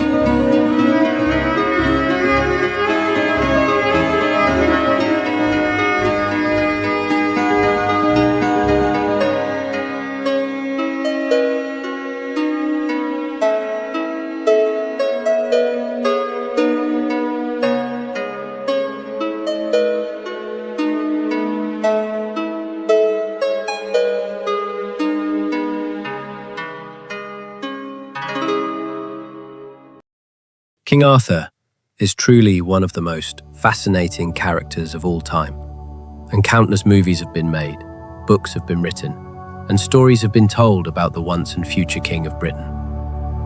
If you're a great lover of Arthurian legend and myth, then a trip around Arthur's Britain is for you, and I hope this video inspired you. Thanks for watching. Through battle like red clouds,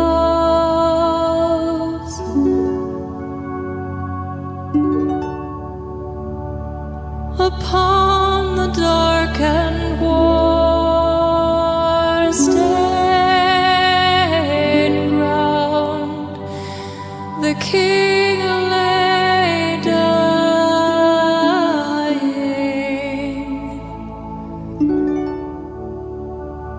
To Merlin, his old friend,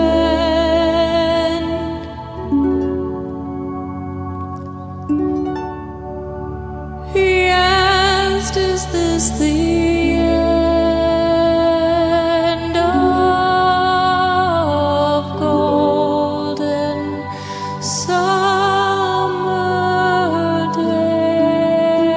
days for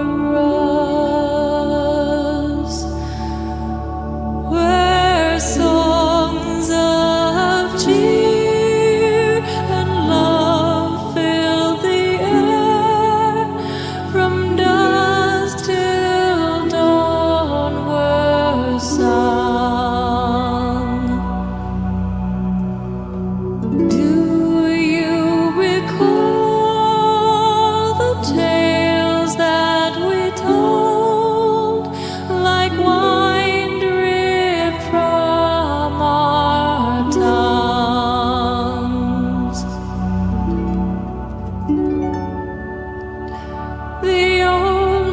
answered then.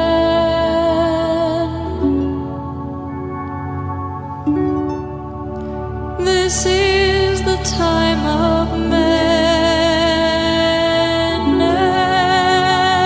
and so the old gods now must sleep.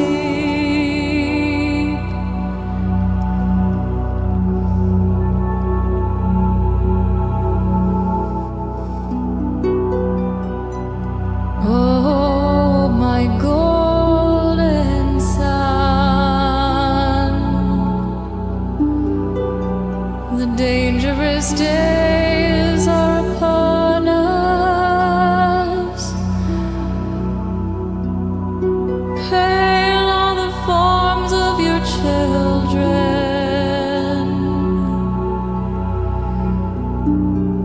whose tears and memories dim.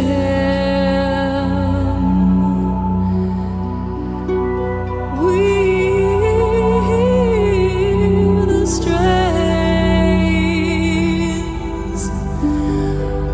of your rising song.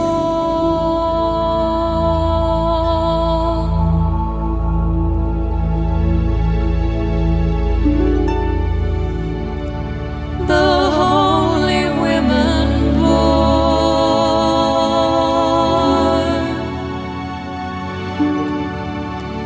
his body to the shore and sailed to Avalon,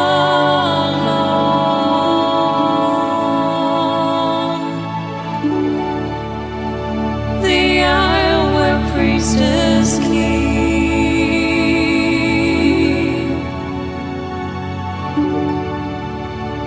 his mist enshrouded sleep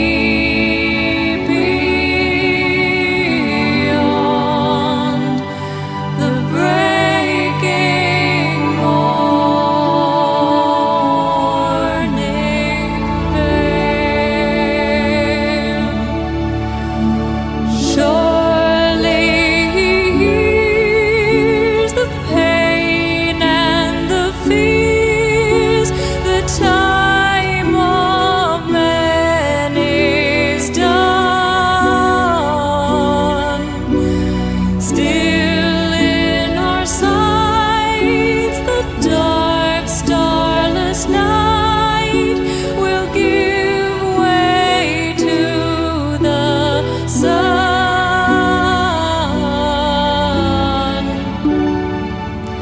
The mound will meet the sea.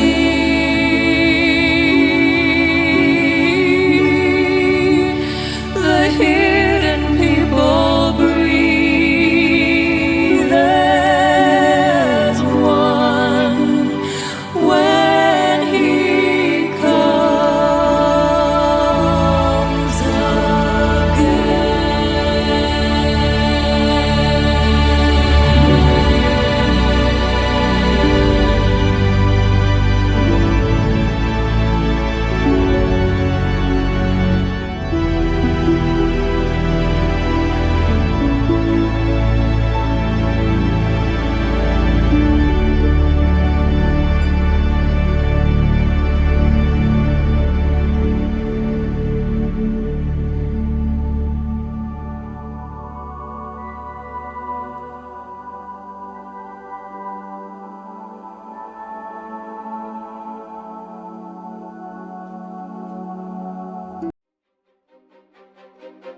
It is a deep connection with the world, ourselves, and the people we love around us that make this life so magical. To simply be there for each other, to make sure everybody is heard and seen for who they truly are, and allow them to express themselves. It is only when we come together that Albion is possible. And who knows, your neighbor just might be waiting for you to open up to them. After all, that is how this documentary was made.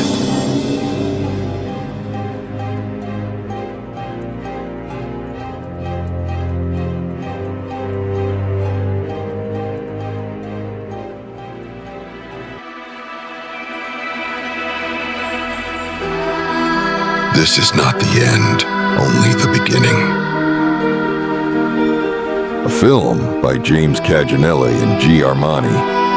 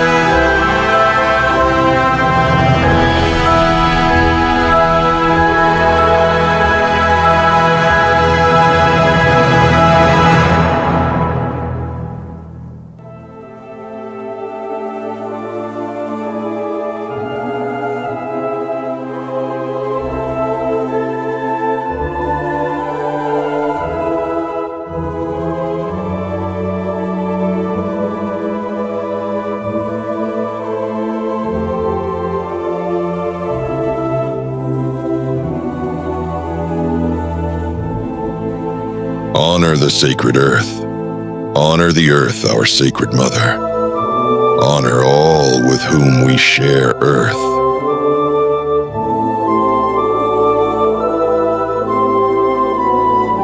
Thanks for watching.